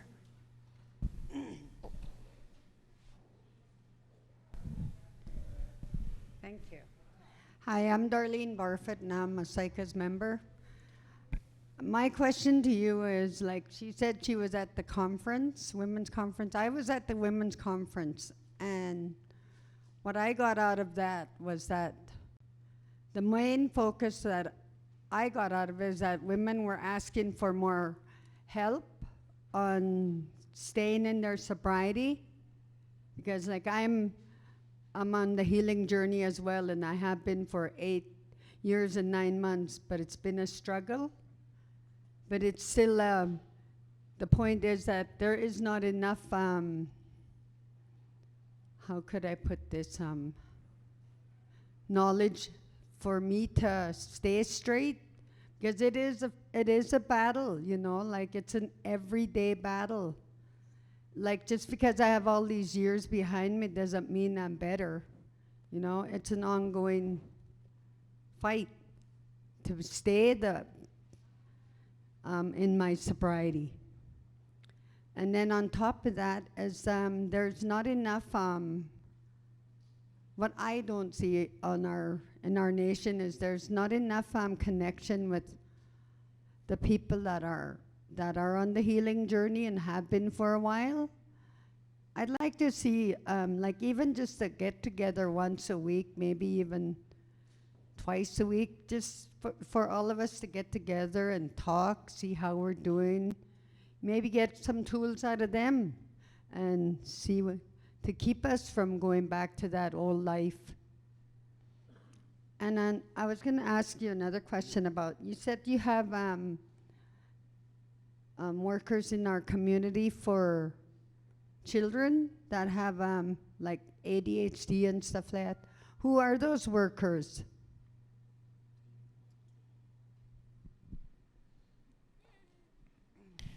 So Dawn down in the Vanderhoof office does have people that come in with the maternal child health program. We do recognize though that it's very limited. So that's why Warner wanted us to do that complex care initiative with children to see how long it takes to get children assessed first off. We know that within the agency, when we go to get children assessed, it does take, right now the wait list is like 2 years in Prince George. So the best route now is to do a Jordan's Principle request and then get the kids assessed further away. And then once that assessment comes back, we're looking at what are the services that we have in-house and what other services can we refer families to access once their children are assessed. We know that here in the Vanderhoof area, it is limited, and I know that Maryland has put together a report on that complex care initiative, so we're looking to expand some of the services. It's just having to hire a lot of like the occupational therapists and people that we require to do those services is really difficult because we just don't have them in the north. Yeah, that's just, yeah, like you're saying, it's all about Prince George, but we live on a reserve, and it's hard for us to get to those places. You know, I don't have a vehicle, and my granddaughter is one of the children that are, now I have to travel to Vancouver to get her assessed. Like, that is ridiculous. Why don't they have it close by for our children? We do have, so last week I actually was in a meeting with a new doctor in Prince George. So we met with him with the Jordan's Principle service coordinator that works with Saik'uz. So her name is Tiffany Abraham. Her and I met with him to see if he'd be willing to take on some of our clients, and he's more than willing to. So we can have a conversation if you want, so that we can get that application. Oh no, I've already got that in place. I'm not gonna sit around and wait for nobody. I've already got my granddaughter on the list, and I've got, through Jordan's Principle, I've done this all on my own. I don't wanna sit around and wait for you guys to say, oh, come to my office, come do this. No. When I want something done, I do it ASAP. I don't wait. So that's what I mean. Like you always telling people, oh, go to Prince George. Not everybody has a vehicle. Not everybody has a ride. And that's why I'm asking you, why can't you have something local for our people on our nation? You know, that's all I'm asking. And it's hard for people to get around without a vehicle. We are trying, and that is part of the strategy that Dawn is implementing with the Center of Excellence, because we also recognize in terms of for children, like when they do come to a center that's foreign, it also is much more stressful. And so we want to support children in the community where they are familiar with the environment, et cetera, and we think that that'll give more quality assessments. So it is definitely something that in that report that those type of things are mentioned in terms of how beneficial it will be to have those services directly in the community. And Tiffany does come here. So she just started though. So she does have a schedule where she does come to Saik'uz. Yeah, I've already talked with Tiffany. I've already got, like I said, I've got it all in place for my granddaughter to go to Surrey or Vancouver, somewhere down there to get assessed. But I already got that in place, so. Good. But I'm just talking about my other people on my nation. They can't afford all this stuff that you guys are saying. Go to Prince George. Go to Prince George. Is that and the money that comes out of their, not your pocket, their pockets, and it's a stress on them because you know they have children to feed. You know, That's all I'm saying is that, you know, you need to have something closer for our nation so they're not struggling to get to these appointments, Understood. Thank you for that. right? Yeah. Thank you. Done? Thank you, Travis. We'll go on to the next Masai. segment. Okay, one more? No more then. Are you messing with me now? No, no. I was with an individual a few days ago, and he was incarcerated quite a few times, and he talked about he didn't want to go back, and as you know, like the majority of the people who's in there is Aboriginal, and they need a lot of healing in that, and for trauma that they went through, and then he talked about like the aftercare, like when you go to treatment and then you come back to community. How is the people who supposed to help from our organization, like CSFS, and how do they help work with the doctors and also the wellness workers on the reserves so that those people don't fall through the cracks, and because it is a struggle when they come back to our community because everything's so accessible for them. And to stay clean, like it is really hard, and if they work together and visit those people where they're at, which is in their home and that, then I don't know, maybe they would feel more supported and they can stay on that road where they want to, and also for them to go to different AA programs where it's like a celebration, like Alkali Lake. That would be good for them because they hear different things and they hear from other people who are doing the same thing, like who's, and they get ideas and then they say like, oh, maybe that's what I should do. And it just encourages them to keep on that road. And also they need, like, how do we help them to be able to get a job and that, like, so that they can make money for themselves and do different things, and then next thing you know, they'll get a car, and then, you know, different things that helps with their living. Like, for the assessment, like, I think it's for the children, it's important that I seen one of those assessments that they have for a child, and it's really like big language, like, and it's important that the parents and the caregivers, that they have it explained to them in their language so that they can understand. And those are the parents, they need lots of support, or grandparents, and it's great that I think Michael Hoff, that's what he's trying to help with this project, and that's good because our children, like, it'll just help them to succeed in school. Because right now, like what I seen in McLeod Elementary, they just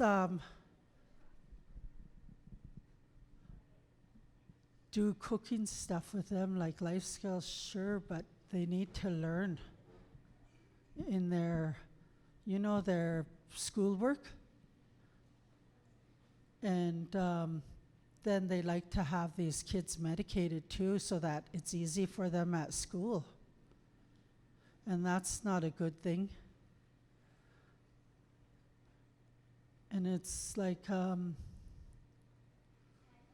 our kids need to be educated so that they can be children who have disabilities, they can hold a job too. I see it in town where they help these young adults and they do different things for our community. And that's CLBC services, right? And Connexus, I think Connexus, they hold that program.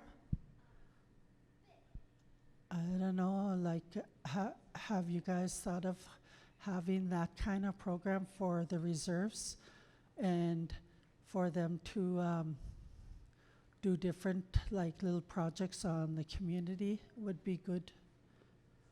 Thank you.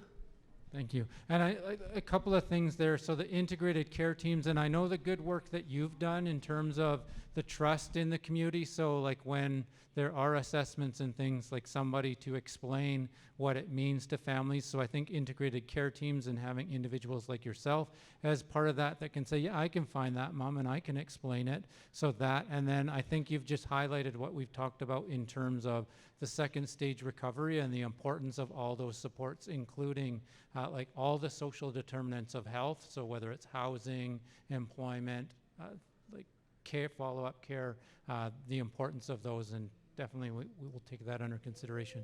So thank you. Thank you, Travis. We'll go on to Lincoln, CSFS jurisdiction.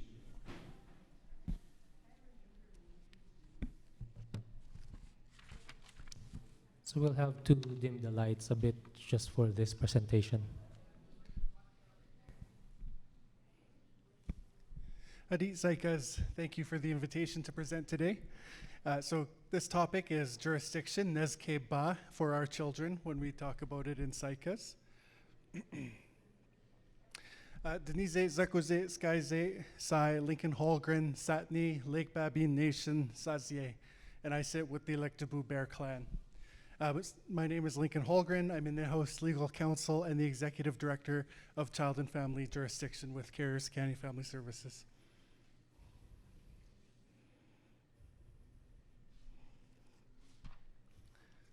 So far for Nezkeh ba, we have had 31 community workbooks through our engagements with the community wellness teams completed.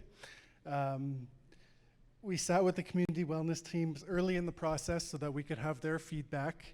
Oh, yep. Oh, sorry. Workbooks from community members during those sessions. We've also hosted 2 formal engagements within Saik'uz where we received 251 responses from members. And our team has also been coming to events such as health fairs, previous AGAs, where we've also received an additional 130 responses from community members. Saik'uz members have participated in our urban events like the Matriarch's Voices or our last year's Prince George Urban Barbecue. And we hosted a key message session in Vanderhoof in February of this year.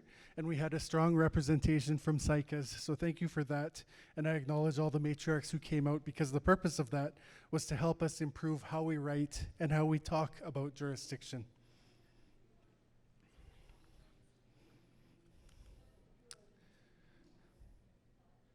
And to see detailed responses from all of our engagements with Saik'uz online at www.csfs.org/jurisdiction/teachings, we have what we heard reports from all of our communities, and we update that after every time we visit a community. So if you go to there, you can see the full detail of what Saik'uz has told Nezkeh ba so far to date.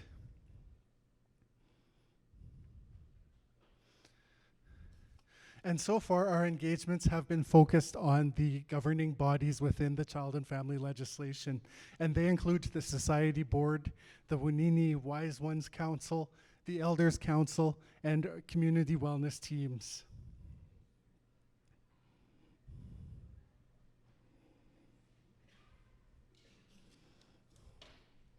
For Wunini, or the council or the wise ones, they're made up of representatives appointed by Saik'uz members.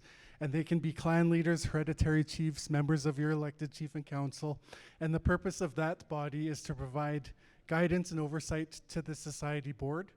They will develop a strategic vision and mandate for child and family jurisdiction.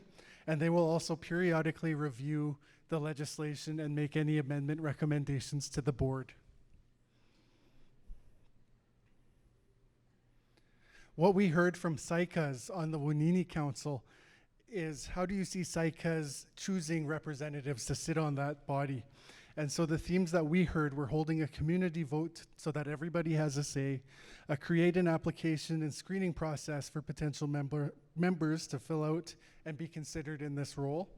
When choosing members, ensure there's equal representation from different ages and genders, as well as prioritize having representatives that are from different families and not already on a community committee.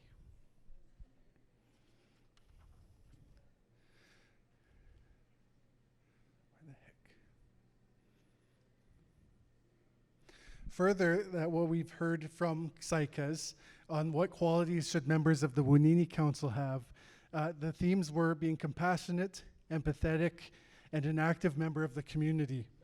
Traditional knowledge holder with deep understanding of Saik'uz traditions and culture. Upstanding members of the community who have good relationships and are trusted by families, as well as being knowledgeable about legal concepts, both the old ways of Saik'uz traditional governance and the new ways. We also asked, if no one is available in Saik'uz, how would you want to fill these roles? And the themes, again, we're working closely with the Saik'uz Community Wellness Committee to find members and support that role, as well as looking at junior elders and elders to step up into this role, and collaboration with our other nations. Moving on to the next community body in the jurisdiction legislation is a group of elders will sit on the Elders Council with having 2 to 4 from each nation. And their responsibility is dispute resolution and decision making about how children are cared for when a consensus cannot be reached with the families.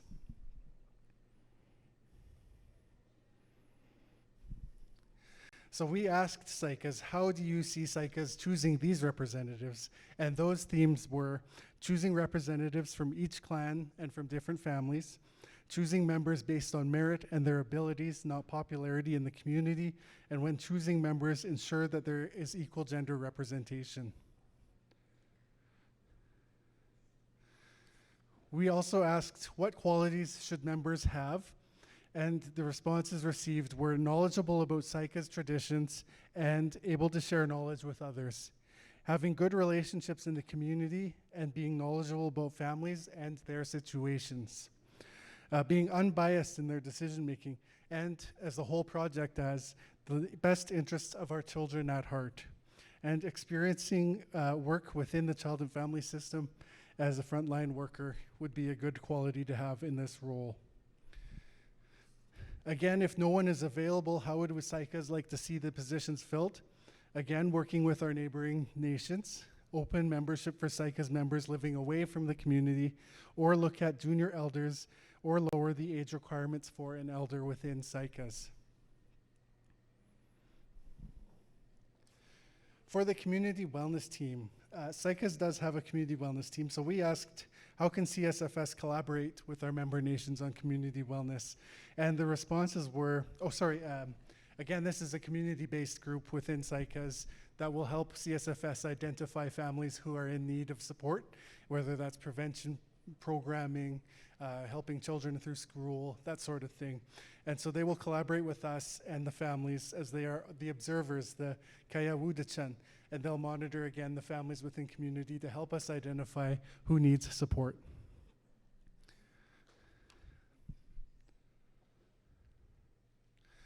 How can CSFS support the current Saik'uz community wellness team better is a question that we asked in our engagement. And you said more mentorship and training opportunities for members, improving the clarity on structure, roles, and accountability, improving communication about these elements within community. Build more safeguards for both the community wellness team members and the families they serve, and improving the availability of child and family programming, and increasing social worker support within Saik'uz community.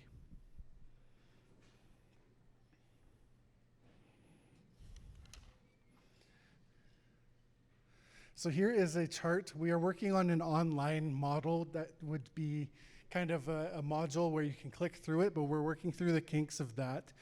So hopefully that's up soon, but for the time being, I'll go old school and use my laser pointer, if you can see it. Where is it? There we go. Okay, so we call this the Skakaba Hetchatli Roadmap, which means looking after our children well.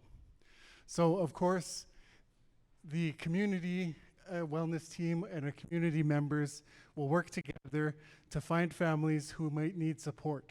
And if it's simply, again, prevention, we need support with groceries, support with school, that sort of thing, then we will look to help the families go through our prevention path over here. Public prevention, referral programs, or family preservation. So that will be, again, the legislation is prevention focused so that a concern does not become an emergency. If support is identified and we need to have more intervention, then we will have a culture clan and KA meeting. So that will be, again, a family meeting with extended family clan leaders, the father clan, mother clan, sitting down and having a formal or informal talk about what the family needs to move forward and the support that they need. So, if through that we're hopeful an agreement can be made by the families and we'll find a safe space for the children, whether that's the clan house, whether it's grandparents, aunties, uncles, that sort of thing. And again, identifying the appropriate programming for that, whether it's intensive intervention services, family development responses, or complex care. Now, of course, if there isn't an agreement made between the families, then that escalates over to no agreement here, where in an interim, the person known as the Skakanli might make an order for, say, the child will stay with grandma for 48 hours while we meet the families and make a family group plan. If after the Skakanli makes that order and the families still cannot come to an agreement, then that's where your elders council steps in. They will hear from the mothers, the fathers, both sides of the families, both clans, so that the elders can make a decision. If the elders council makes a decision, then it will go to the tribunal, where the tribunal will write down that decision and enforce that decision. So it could be simply mom and dad need to go to Tachik Lake. In the meantime, grandma will look after the child.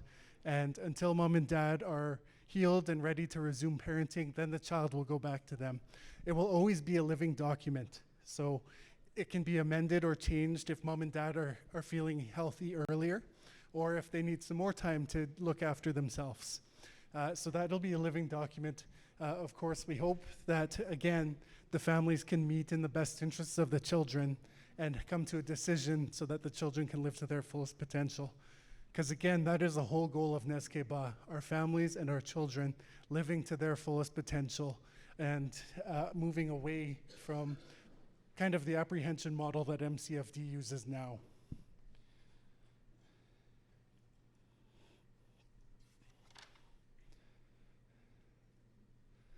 So our felt difference.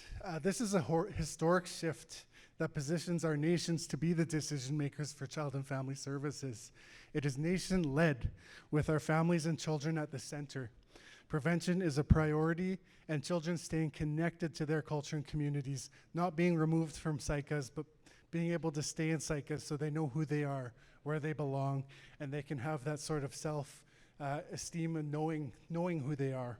Again, so this, the Inca Dene traditional law, again, focuses on prevention so we can identify concerns before they become an emergency. And this law is being worked on with CSFS for all of 11 of our member nations, but it belongs to Saik'uz.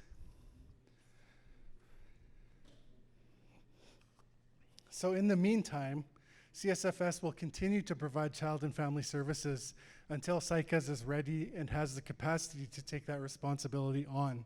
So down the road, when Saik'uz has enough social workers, family workers, lawyers, nurses, that sort of thing, we'll come to an agreement where Saik'uz becomes your own child and family service delivery agency, and then CSFS would morph into a training facility so that we ensure that our communities maintain that capacity needed for child and family services. So coming up on Thursday, July 16th from 12 until 2, we're hosting our first virtual online engagement. Again, it's an overview of the jurisdiction project. We'll have small group discussions, question and answers with me, and it's a good learning opportunity for our members who haven't been able to come to our in-person engagements, or our members away from home who we still have to engage as well throughout the fall. And also moving forward, we are kind of morphing our community engagements now as we've been to all of our nations, and we have those What We Heard reports. So now we are using those internal reports to start drafting regulations. Those regulations inform the legislation, Saik'uz traditions, Saik'uz culture and beliefs. So we can draft the legislation that Saik'uz wants their elders on the Elders Council to be X age, or from various clans, that sort of thing. So we'll be beginning that and then confirming those with Saik'uz members and leadership so that the legislation will fit Saik'uz and your traditional beliefs and culture. And that's how it will be for every nation, so that it reflects all of our 11 nations and their beliefs. Masai, any questions?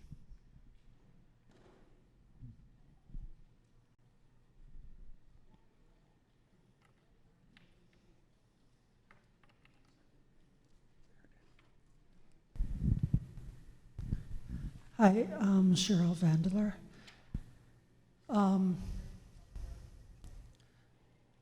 I know about like C92, about how the ministry is supposed to work with the nation and how they're supposed to listen to our recommendations, and we supposed to work together. And this child welfare, it started a long time ago before Northern Native Family Services. It was with the Tribal Council, with Edward John and Claude Richmond. And it was because the communities, they were tired of seeing their children leave and be brought into care and removed. And the impact of that had on the children and the family and the extended family. And so the agency has been, and our Child Welfare Committee in Saik'uz, working really hard so that those kind of things, they're not happening, and that we're trying to come up with other plans. But one of the things that happened in June, my daughter and my son-in-law, they're caregiver to their family member. And they're saying, like, we're not giving you any more payment anymore to take care of your family. And we need that little boy to go into MCFD's care, but they can stay with the family. And then, but they want to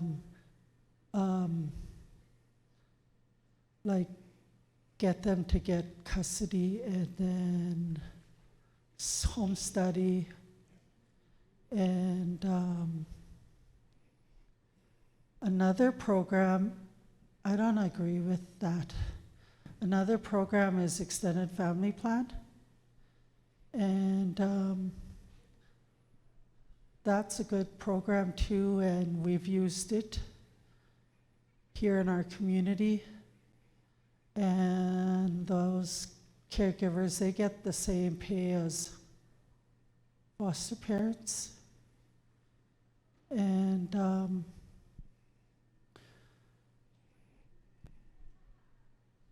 it's hard when ministry,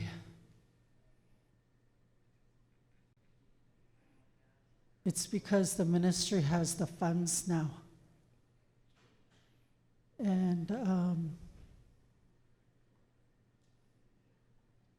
I guess for us, we're learning, like, through the wellness team, like, maybe we shouldn't have provided funds for different things.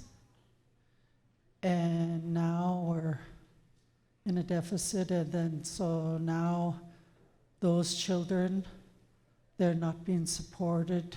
I don't think she got any payment for July. And I think she was gonna meet with you or something. We're gonna meet with you next week.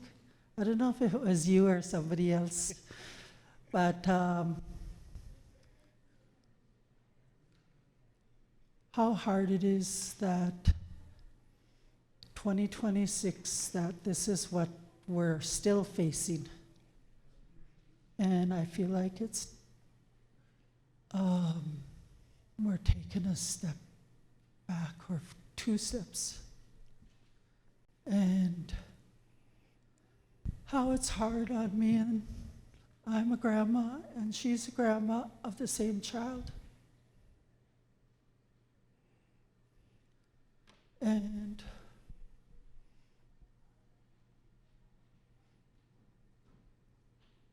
people need, when they're caregiving, they need help with respite too.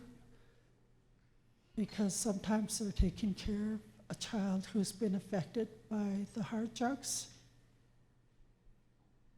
And they help my daughter with that, the community wellness team. And but right now I have to figure out how to not see my grandson in care.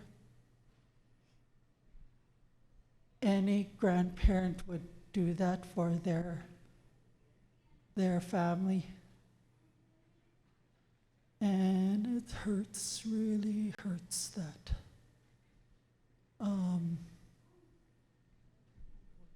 that might happen. And I know it's because of those report, what they talked about children being harmed in relatives' care.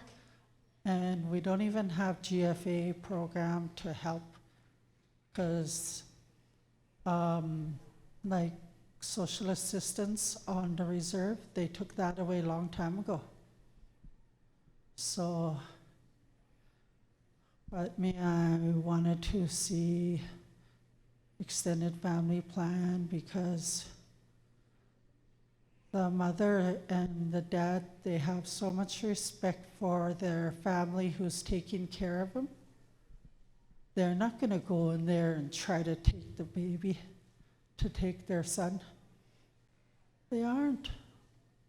Because at least they know he's in community and he's taken good care of. He's really intelligent too, and he's very smart.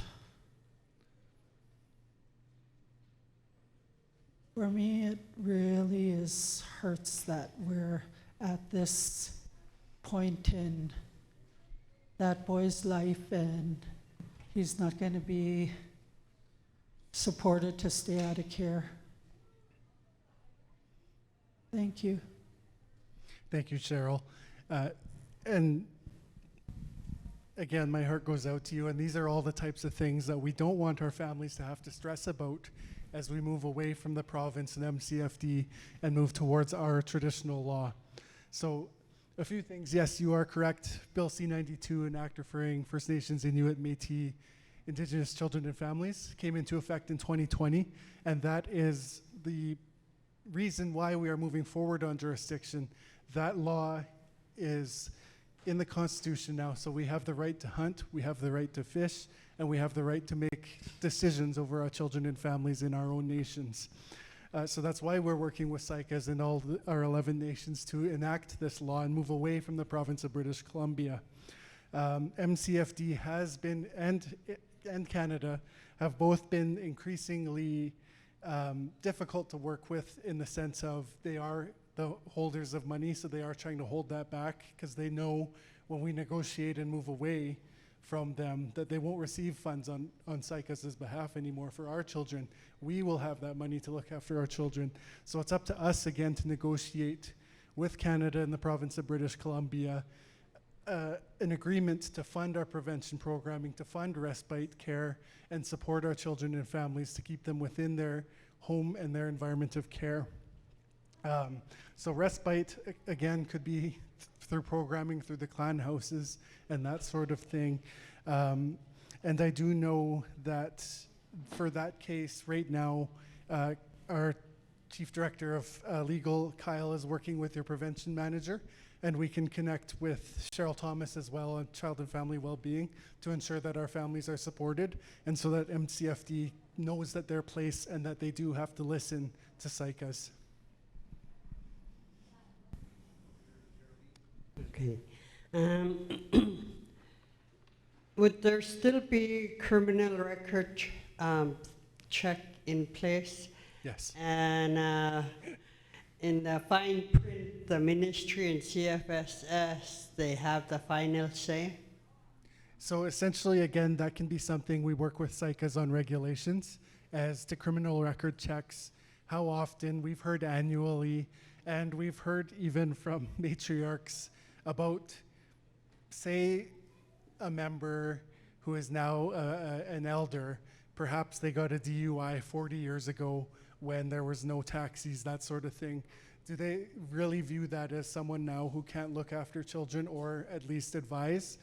So that's kind of something to work with our nations. But of course, anything criminal with abuse or neglect, those would be things that would disqualify someone. Yeah, because some of our people in the community don't live it that way anymore. Right. In the past. We have many unsung heroes in our community. We have aunts, uncles, cousins, grandparents who don't live in the past anymore and have changed their lives. And some of these community members, they've taken on children into their own homes so that the ministry will not get involved and give the parents all the red tape and everything that they have to try to jump through hoops and all this stuff. And then the kids in care, they turn to adults, and then they turn to alcohol and the streets. And I don't think that's right. That is something that we are also identifying, is children who are in the system who are aging out and children who have aged out already, so that we can identify and work with them to see, would they like to come to Saik'uz, would they like to come back to Saik'uz and learn about Saik'uz traditions and culture and who they are, and offering a place for them to reside in the meantime. And again, just working for post-majority funding as well, so that they are well looked after as they age out of the current system, and as we transition to our Yinka Dene child and family law, that they will be looked after and negotiated for post-majority dollars for our law as well. We don't want any children to have been left behind, and whether they're 20, whether they're 6, we would look after all of our Saik'uz members. Hi, Lincoln.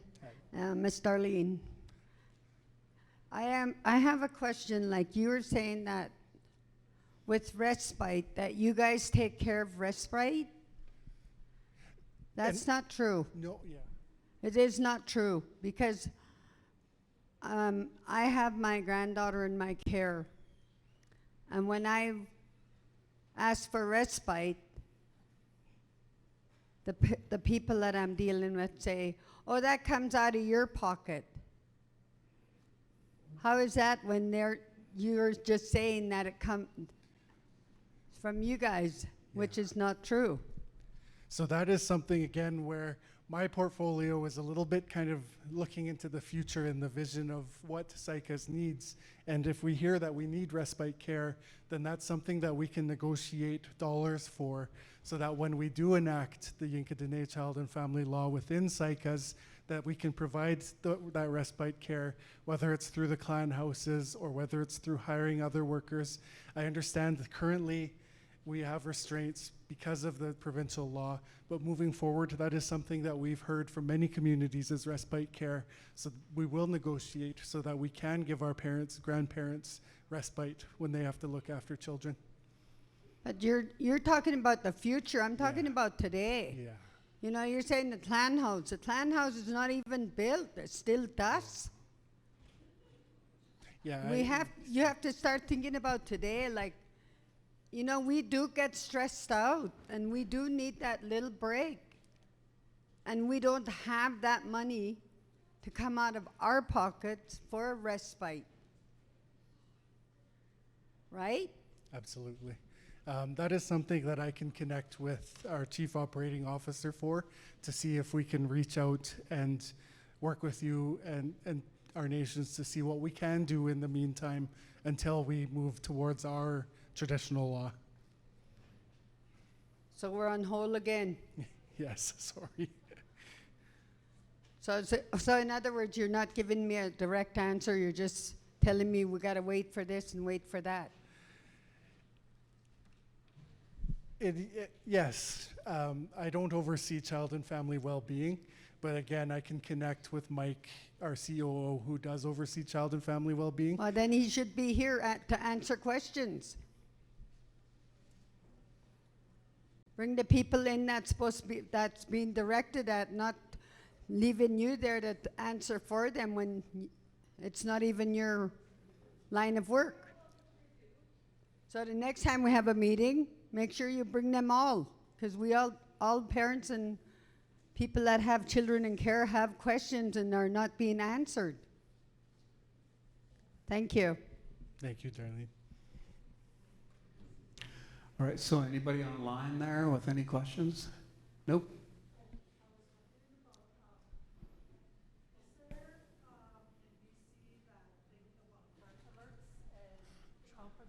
And who's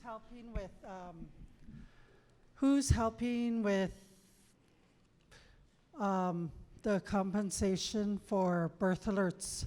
Birth alerts are where the ministry, they phoned the hospitals, and then they told them like they wanted an alert when this mom came in. And is that happening in BC? Because I heard about it in Ontario, I think. That is something I can look into for you, Cheryl. I do know that birth alerts obviously occurred in British Columbia, and they have been illegal now for nearly a decade. But of course, if there's a compensation, CSFS does have a compensation team to assist with Indian day schools, and those sorts of other compensation boards. So I will look into if we can assist with birth alerts in British Columbia. Yeah, we usually have a team that comes into communities to assist with those compensation bodies. So again, I'll look into it for you, Cheryl, and connect.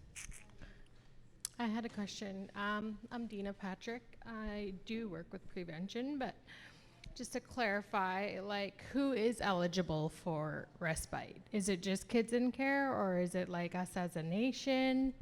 Because if it's coming from like a prevention, I think like mothers who are actually like needing a break, and like there's a lot of single moms, and like to prevent them from like going off and having a mental breakdown being a single parent, like, are they eligible for respite?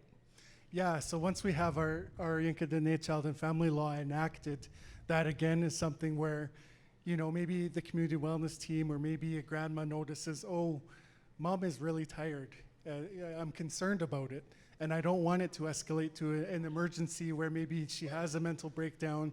that puts the child in danger for, you know, that time period. So again, it's being able to access that respite care, whether or not they were a former child in care. It would be any parent or any guardian that would be able to access respite.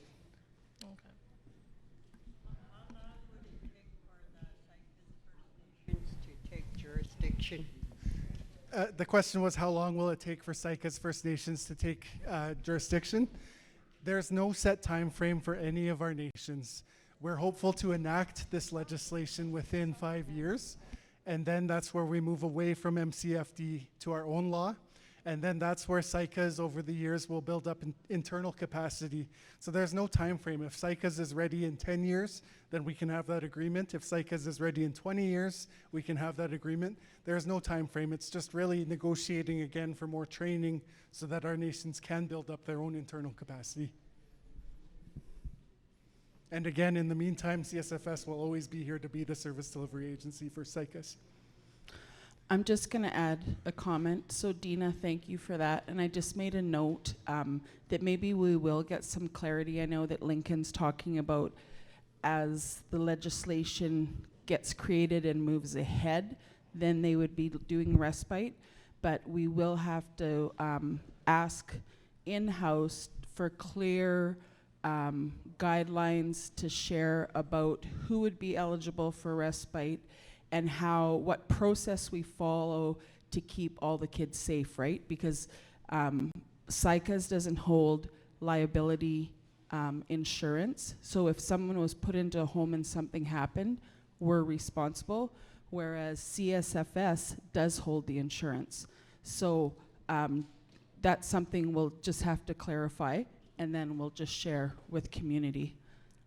And just as to jump back, since I have the mic, I was just going to ask, I know in one of the presentations you guys were talking about like just looking at the rate, your statistics for people who are living high-risk life as a majority of men. And I know last year we did ask about the Caring Dads program, which is maybe an 8 to 12 week program. I know CSFS was doing it in Prince. We had requested that it be done locally so that we could have, because a lot of guys can't drive to Prince, right? So just wondering where that's at in that progress. I'm not sure if that's something that you could answer or somebody can let us know on that. That's something that I'll get back to you on, yes. Perfect, thank you.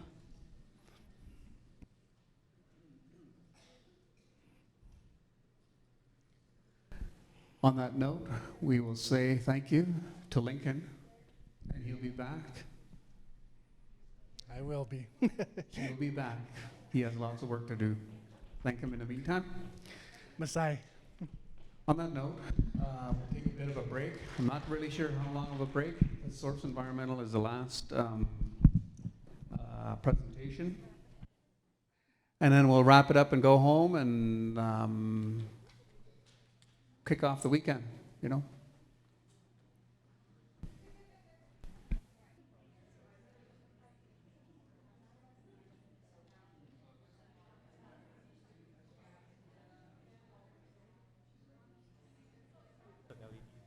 Okay, perfect. Go.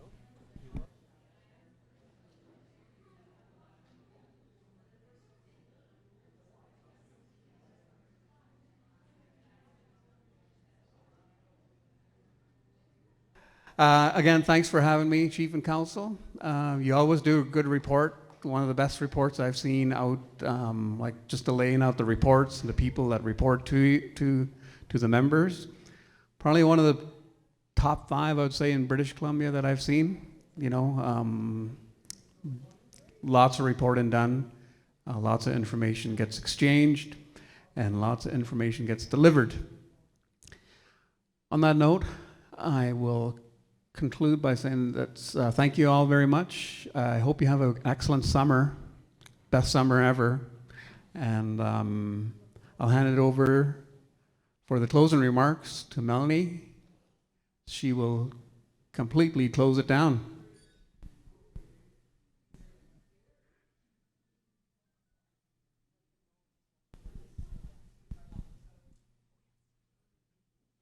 Thank you. So I just want to thank everyone on behalf of Chief and Council for our time together. I think that sharing information and asking questions, there's always has to be space for that. So thank you for all the questions you guys have asked. I did just ask Fraser if anybody wanted his PowerPoint, or if you guys want to follow up with any of the presenters and wanted any of their PowerPoints, you can do that. One thing we had stated, because there was a lot of discussion about recreation, Jerry has provided a calendar for recreation for July, and that will be published with communications. They're going to be sending that out, so keep an eye out for that. What else was I going to just say? Remember, we're here for you guys.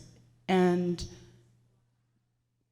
I think that, like, collectively, we're just better collective.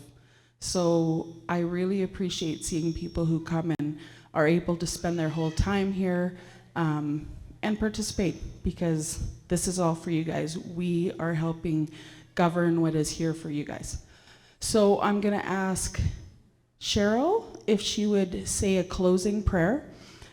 Dinner on our revised schedule said from 4 to 5.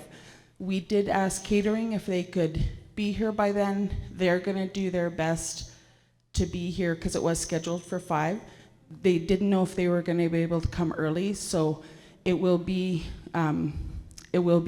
maybe closer to 5. So if you are going to go, make sure you come back. Tell everybody else there's going to be tons of food. I think we're cooking for 150, so everyone will have enough to take home for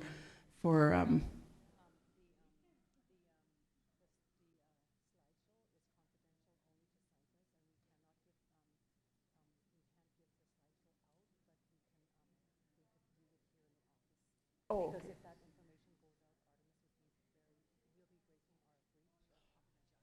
Okay, thank you. So Pris just reminded me that the slideshow that Fraser just showed us, that's for Saik'uz members only, and so we can't share that publicly, but any Saik'uz members are able to see that. They could come into the office and watch at or request a time. So we just want to make sure that we're in good standing in our participation agreement with them. Anything else? Yeah, so thank you guys for being you. And Cheryl, did you want to say a prayer? I'll come to you. And thank you for all the food and those people, all the people cooking and all the workers. It just looks so nice to see, you know, parking for elders and all the young people. Like, it's been really good, so. Lord, I just thank you for this day and the 3 days that we had here together as a community with our leadership and all the presenters. I just ask that you help us to work together in a good way so that whatever the ideas that came forward, that we can work on it and that we can see things happening for all the ages of our community, and be with Chief and Council as they meet with the government and give them strength to know what they need to say on behalf of us. And thank you for their work, and thank you for the good food that we had these 3 days. And in Jesus' name I pray, and cover all our people, especially elders and children. Amen. Also just want to add that I know that we've just had a passing, so please keep your eyes open. I know they had a family meeting today for JR, so they'll share what the details are. And also just to keep everybody, you know, we look at those stats of people who are struggling with their addictions or unwell, maybe physically. Really keep all those, and let's lift each other up in prayer and just presence. Because one thing we did talk about was visiting each other more. So maybe just chat around, especially in this next hour, if you guys can. Thank you.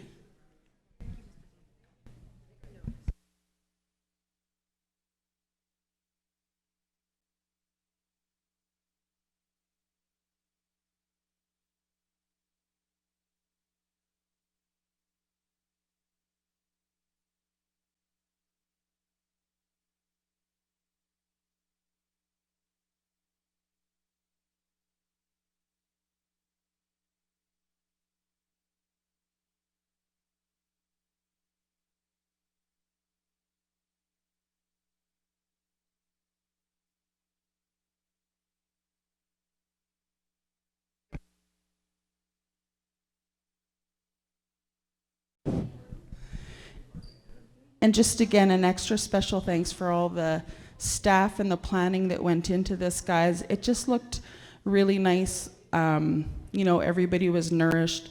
There's always stuff out there. And just it looks like a really good team. So thank you guys for all of that.